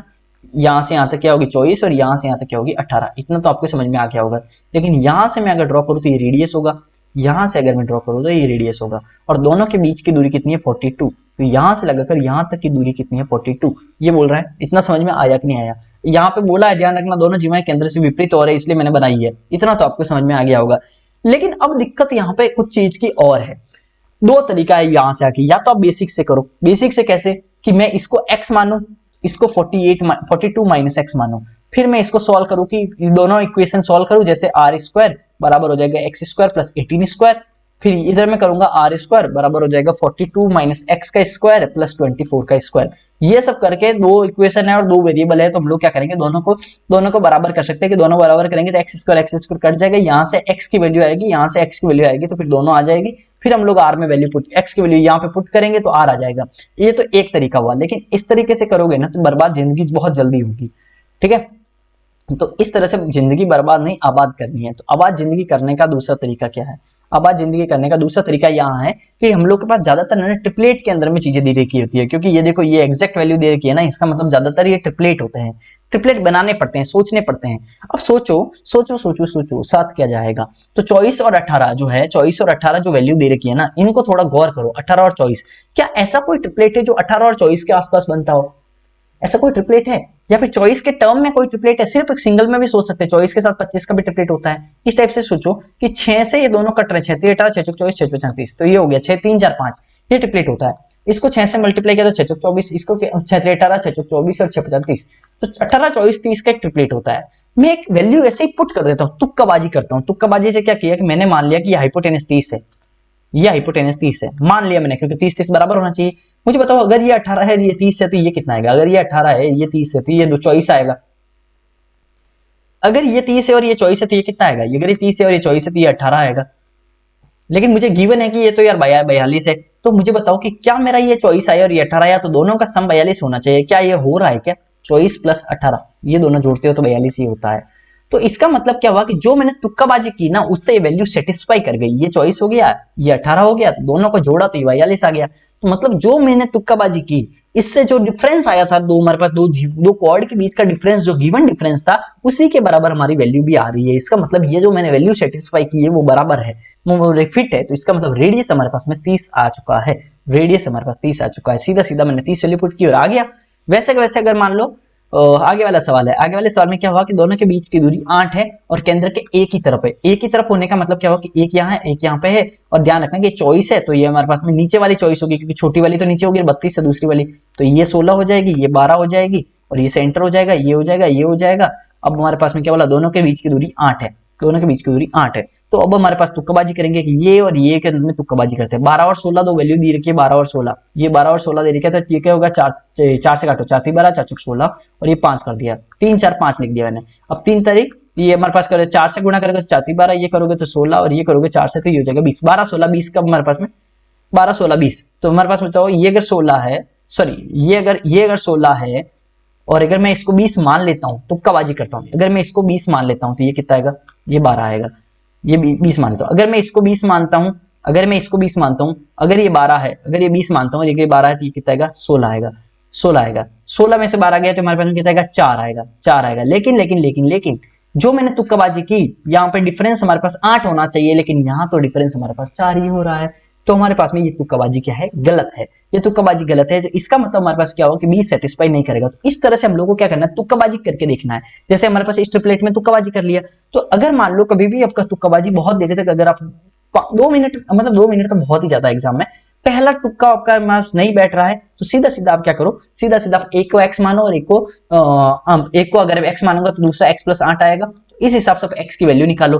x की जैसे ही आप वैल्यू निकालोगे तो फिर आप वैल्यू पुटिंग करोगे, जैसे मैंने पहले बताया था, r के बराबर r स्क्वायर बराबर, ये दोनों में बनेगा, r स्क्वायर को हटा के दोनों के इक्वेशन को बराबर करोगे, x स्क्वायर कट जाएगा, x की वैल्यू वहां से आ जाएगी, फिर आप x की वैल्यू पुट करोगे तो r की वैल्यू आ जाएगी। और जैसे ही r की वैल्यू आती है, वृत्त का क्षेत्रफल पूछा तो पाई r स्क्वायर इसका एरिया होता है, बस पाई r स्क्वायर में r वैल्यू रखना और एरिया आ जाएगा। इसका कमेंट सेक्शन में जवाब देना, ठीक है? मेहनत करो, ठीक है? जवाब देना। ये भी मैंने बता दिया है। इस टाइप का सेम सवाल है, तो मैंने सेम सवालों को डिलीट नहीं किया, आपके लिए डिलीट नहीं किया ताकि आप ना प्रैक्टिस ज्यादा कर पाओ। चलो अब आते हैं कॉन्सेप्ट नंबर 19 के ऊपर में। दो वृत्त अगर आपके पास में सकेंद्रीय है, सकेंद्रीय वृत्त का मतलब क्या हुआ? सेंटर हमारे पास में सेम है, दो वृत्त के अंदर में सेंटर हमारे पास में सेम है। अगर ऐसा सवाल आता है कि दो वृत्त है, दो सर्कल है, उसके सेंटर सेम है, दोनों को सेंट्रिक है, तो हमारे पास में अगर पूछे कि हमारे पास में जो बड़े वाला ट्राइंगल है, बड़े वाले ट्राइंगल का हमारे पास में जो कॉमन रेडियस, बड़े वाले ट्राइंगल की ऐसी कॉर्ड जो छोटे वाले सर्कल को टच करके निकलती है, उसकी टेंजेंट बन के निकलती है। मतलब छोटे वाले ट्राइंगल की तो ये टेंजेंट है, लेकिन बड़े वाले ट्राइंगल की तो ये कॉर्ड है। तो इस कॉर्ड की लंबाई बताओ। सवाल कैसे आएगा कि दो सर्कल कोसेंट्रिक है, बड़े वाले ट्राइंगल की ऐसी कॉर्ड जो छोटे वाले ट्राइंगल को स्पर्श करते हुए निकलती है, टेंजेंट करके निकलती हुई है, तो निकल रही है, तो बताओ उस कॉर्ड की लंबाई क्या होगी। इस टाइप का सवाल आता है, उस जीवा की लंबाई क्या होगी। तो हमारे पास मुझे बताओ कि यहाँ पे ये तो R1 बनेगा, ये R1 बनेगा और ये R2 बनेगा। इतना तो हम लोग को पता है, ये R2 बनेगा और ये R1 बनेगा, ये R1 बनेगा और ये R2 बनेगा, ये R1 बनेगा और ये R2 बनेगा, क्योंकि ये छोटे वाले का ये रेडियस हुआ, बड़े वाले का ये हो गया R1। लेकिन ये दोनों तो 90 डिग्री होगा, क्योंकि किसी भी टेंजेंट के ऊपर में अगर हम लोग रेडियस से हम लोग ऐसे मानेंगे, इस छोटे वाले सर्कल में बताएं कि ये तो टेंजेंट है, ये हमारे पास रेडियस है, तो ये दोनों परपेंडिकुलर होते हैं। इतना तो आपको पता ही होगा। तो हम लोग इसकी लेंथ कैसे निकालेंगे? तो ये कैसे निकलेगी?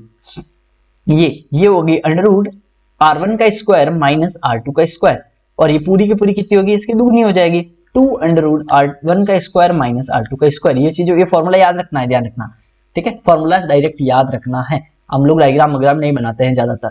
तो ये क्या बोल रहा है कि रूट 3+1 सेंटीमीटर त्रिज्या वाले वृत्त C1 की जीवा AB है, वृत्त C2 को स्पर्श करती है, वृत्त C2 C1 के सकेंद्रीय है। यदि C2 वृत्त की त्रिज्या इतनी है तो AB की लंबाई बताओ। मतलब एक कॉर्ड AB एक कॉर्ड है जो हमारे पास दूसरे सर्कल, दोनों है ना कोसेंट्रिक है और दोनों हमारे पास सर्कल टच कर रहे हैं। तो बड़े वाले की अगर √3+1 है और छोटे वाले की √3-1 है, तो बताओ कि ये सब हमारे पास में कॉर्ड की लेंथ कितनी होगी। तो आराम से हो जाएगा। फॉर्मूला क्या होता है, 2√r2 का स्क्वायर माइनस r1 का स्क्वायर, या फिर बड़े वाले से में से छोटा वाला करना है कुल मिला के। 2 बड़े वाला कितना है, √3+1 का स्क्वायर माइनस √3-1 का स्क्वायर, ये हो गया। तो हो गया 2 ये हो जाएगा √3+1 का स्क्वायर √3-1 का स्क्वायर। तो ए या बोल सकते हैं ना a + b का स्क्वायर माइनस a - b का स्क्वायर क्या होता है, 4ab, 4 इंटू √3 इंटू b मतलब 1, ये हो गया। तो हमारे पास में ये दो बाहर निकाल देते हैं, 2 दूनी 4 हो जाएगा बाहर, √3 तो हो जाएगा 4 √3 की पावर, यहाँ पे ये छोटा सा 4 लिख सकते हैं। इसको कैसे लिखते हैं पता है ना, √3 को कैसे लिखा मैंने पहले ही बताया था। √3 को तो हम लोग लिखते हैं 3 की पावर 1/2, और बाहर में एक और अंडर है, तो इसका मतलब हम लोग क्या लिखते हैं 3/1/2, और ये वापस में 1/2, तो ये होगा 3 की पावर 1/4, और 1/4 की पावर जो रहती है ना उसको हम लोग ऐसे लिखते हैं, ये छोटा सा यहाँ पे 4 लिखते हैं। ये 4 ना 4 इंटू √3 नहीं है, ध्यान रखना, 4 √3 भी नहीं है, ये √3 के आगे इतू सा 4 है यहाँ पे, इसका मतलब ये होता है 3 की पावर 1/4। ठीक है, ये दोनों में डिफरेंस है, ध्यान रखना, इन दोनों को सेम मत मान लेना। समझ आ गया, चलो आगे बढ़ते हैं। तो ये सवाल का ये आंसर है। चलो आगे बढ़ते हैं। आगे कौन सा, कॉन्सेप्ट नंबर 20, आज का हमारा लास्ट कॉन्सेप्ट देखने के बाद में आपको लिए बहुत अच्छी खबर है, तो वो हम आपको लास्ट में बताएंगे। चलो, ये हमारे पास में सर्कल की एक बहुत ही अच्छी प्रॉपर्टीज है जो हम लोग पूरा का पूरा बता देते हैं अच्छे से। एक हमारे पास में अगर कोई भी सर्कल है, एक हमारे पास अगर कोई भी सर्कल है, एक हमारे पास अगर कोई भी सर्कल है, एक हमारे पास अगर कोई भी सर्कल है, तो उसके अंदर में अगर ये सेंटर है, उसके अंदर अगर ये सेंटर है, और ये हमारे पास में अगर हमारे पास में थीटा एंगल है, अगर ये हमारे पास थीटा एंगल है, तो ये जो सेंटर के ऊपर बनने वाला एंगल रहता है वो रहता है 2 थीटा। इतना तो मैं पहले ही बता चुका हूं।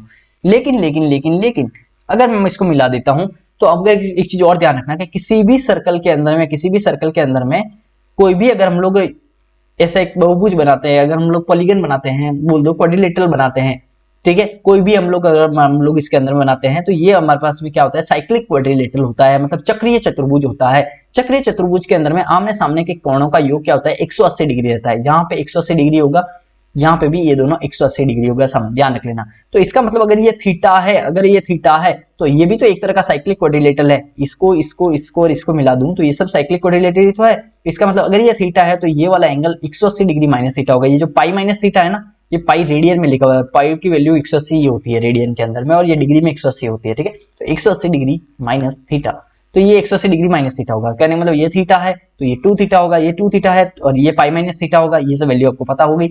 अब एक और चीज, ये प्रॉपर्टी देखते हैं। ये प्रॉपर्टी क्या कहती है, ये प्रॉपर्टी कहती है कि किसी भी सर्कल के अंदर में मान लो कि ये पी क्यू हमारे पास में कोई कॉर्ड है, पी क्यू अगर कॉर्ड बोलो, चाहे ये फिर बोल सकते हो पी क्यू, ये जो आर्क है, ये आर्क सेम आर्क या फिर सेम कॉर्ड पे बनने वाले जो भी एंगल होते हैं वो सारे के सारे सेम होते हैं, ध्यान रखना। इस पी क्यू आर्क कॉर्ड है, इससे मैं अगर मान लो सर्कमफ्रेंस पे यहाँ पे ये थीटा एंगल बन रहा है, तो इसी कॉर्ड से अगर मैं सर्कमफ्रेंस पे दूसरा एंगल बनाऊं, ये तीसरा एंगल बनाऊं, ये चौथा एंगल बनाऊं, ये पांचवा एंगल बनाऊं, ये छठा एंगल बनाऊं, कुछ भी एंगल बनाओ जो सर्कमफ्रेंस पे बन रहा है और सेम कॉर्ड से बन रहा है, तो ये सारे के सारे एंगल थीटा होंगे, ये सारे के सारे एंगल थीटा होंगे। ये एक प्रॉपर्टी होती है। एक और बताता हूं, जैसे कि कोई भी एक डायमीटर होता है, डायमीटर से अगर मैं किसी भी सर्कमफ्रेंस पे कोई भी एंगल बनाऊं तो ये 90 डिग्री होता है। ठीक है, ये कैसे आया वो भी देख सकते हो कि किसी भी सर्कमफ्रेंस, ये थीटा होता है तो ये 2 थीटा होता है ना, वैसे वैसे अगर हम लोग हमारे पास में ये 180 डिग्री है, क्योंकि एक डायमीटर है, डायमीटर पूरा का पूरा स्ट्रेट होता है, तो ये अगर 180 डिग्री है, तो इससे अगर सर्कमफ्रेंस पे आप देखेंगे तो ये इसका आधा होगा ना, 90 डिग्री होगा। 2 थीटा है तो थीटा होता है, तो 180 डिग्री होता है 90 होगा, बस इसी से आया है। चलो आगे करते हैं। In a circle with the centre O in a circle with the center O and arc ABC, तो आर्क A B और C ये एक आर्क है, ठीक है, और सेंटर कितने हैं O। ABC वृत्त के केंद्र पर 132 डिग्री का कोण अंतरित करता है, तो ये हमारे पास में क्या होगा, 132 डिग्री का कोण है। ये कितना है, 132 डिग्री है।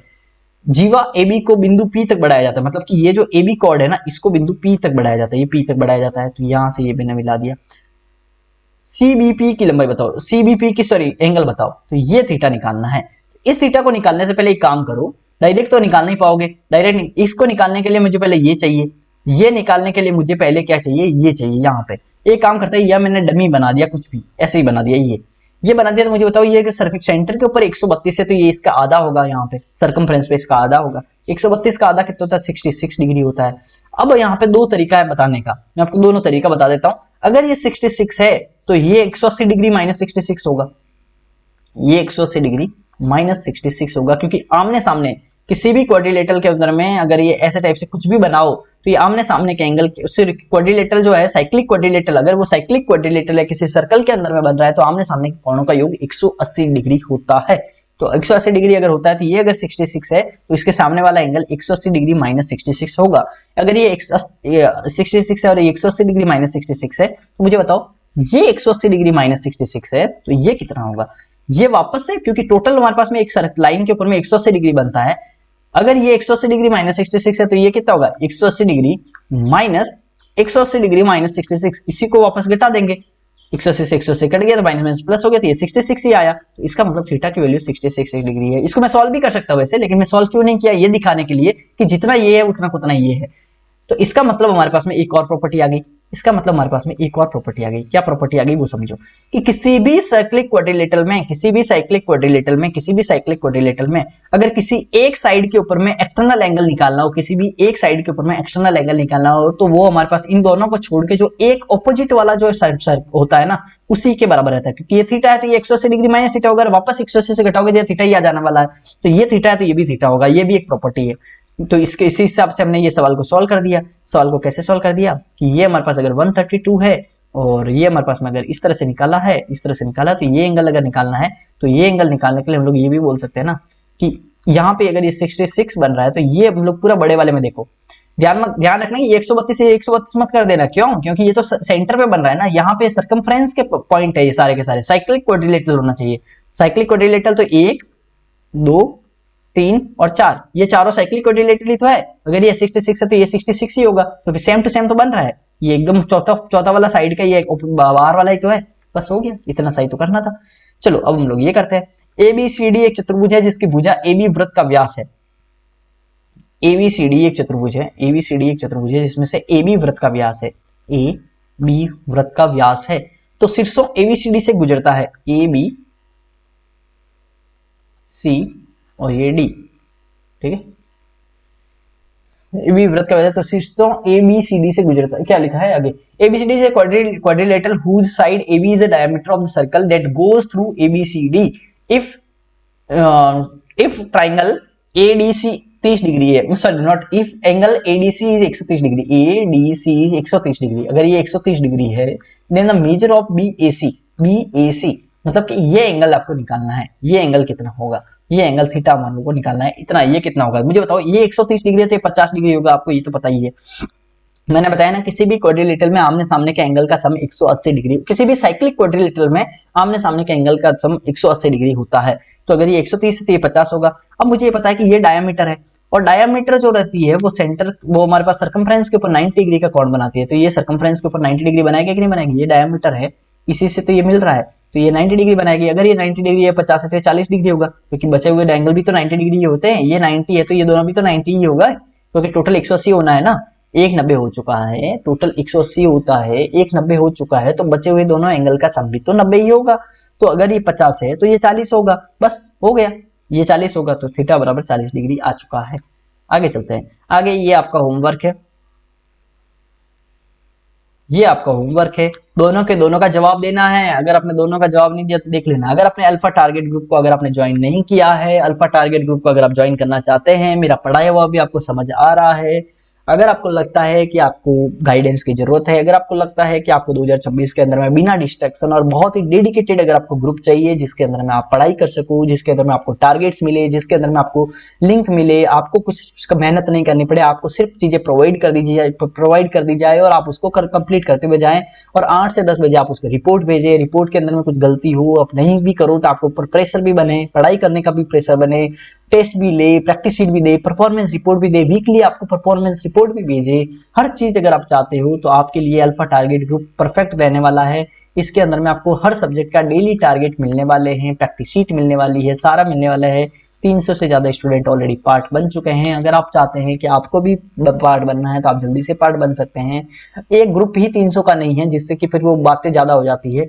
हम लोग 100 में डिवाइड कर रहे हैं। टीम भी आपको पर्सनल दिया जाएगा, आपको पर्सनल मेंटोर भी दिया जाएगा, जिसके अंदर में क्या होगा कि आप वो ग्रुप के अंदर में एडमिन भी रहेंगे, आप उनको कभी भी मैसेज कर सकते हो, मैं भी वहां पे रहूंगा, गूगल मीट भी करेंगे। तो अगर आपको ज्वाइन करना है तो आप जल्दी से जल्दी इस नंबर के ऊपर व्हाट्सएप कर सकते हैं। 1 साल का 499 है, अगर आप ना 1 साल के लिए ले रहे हो, नहीं 3 महीने के लिए लेना है तो 300 और 1 महीने के लिए लेना है तो 149 रुपीज है। अगर आप जल्दी से व्हाट्सएप करोगे तो आपको हमारी टीम कॉन्टैक्ट कर लेगी और उसके बाद में आपको उसके अंदर में इनरोल कर लेगी ग्रुप के अंदर में, जिससे कि आप क्या कर पाएंगे, आप उसके बाद में अच्छे से पढ़ाई कर पाएंगे। अगर आपने चैनल को सब्सक्राइब नहीं किया है तो जल्दी से चैनल को सब्सक्राइब कर दो भैया, कमेंट कर दो, कमेंट करके मुझे बताओ और लिखो कि डन, ये लिखो डन, डन लिखो या फिर लिखो कंप्लीटेड, ठीक है, कंप्लीटेड या फिर डन में से आपको कुछ न कुछ लिखना है और मुझे बताना है कि ये लेक्चर आपको कैसा लगा और सुदर्शना के नेक्स्ट लेक्चर के लिए आप एक्साइटेड है या नहीं। कल आपके पास में डे 2 का हमारे पास ये 21 से लगेगा 40 तक के कॉन्सेप्ट भी आ जाएंगे। चलो bye bye, thank you, bye bye.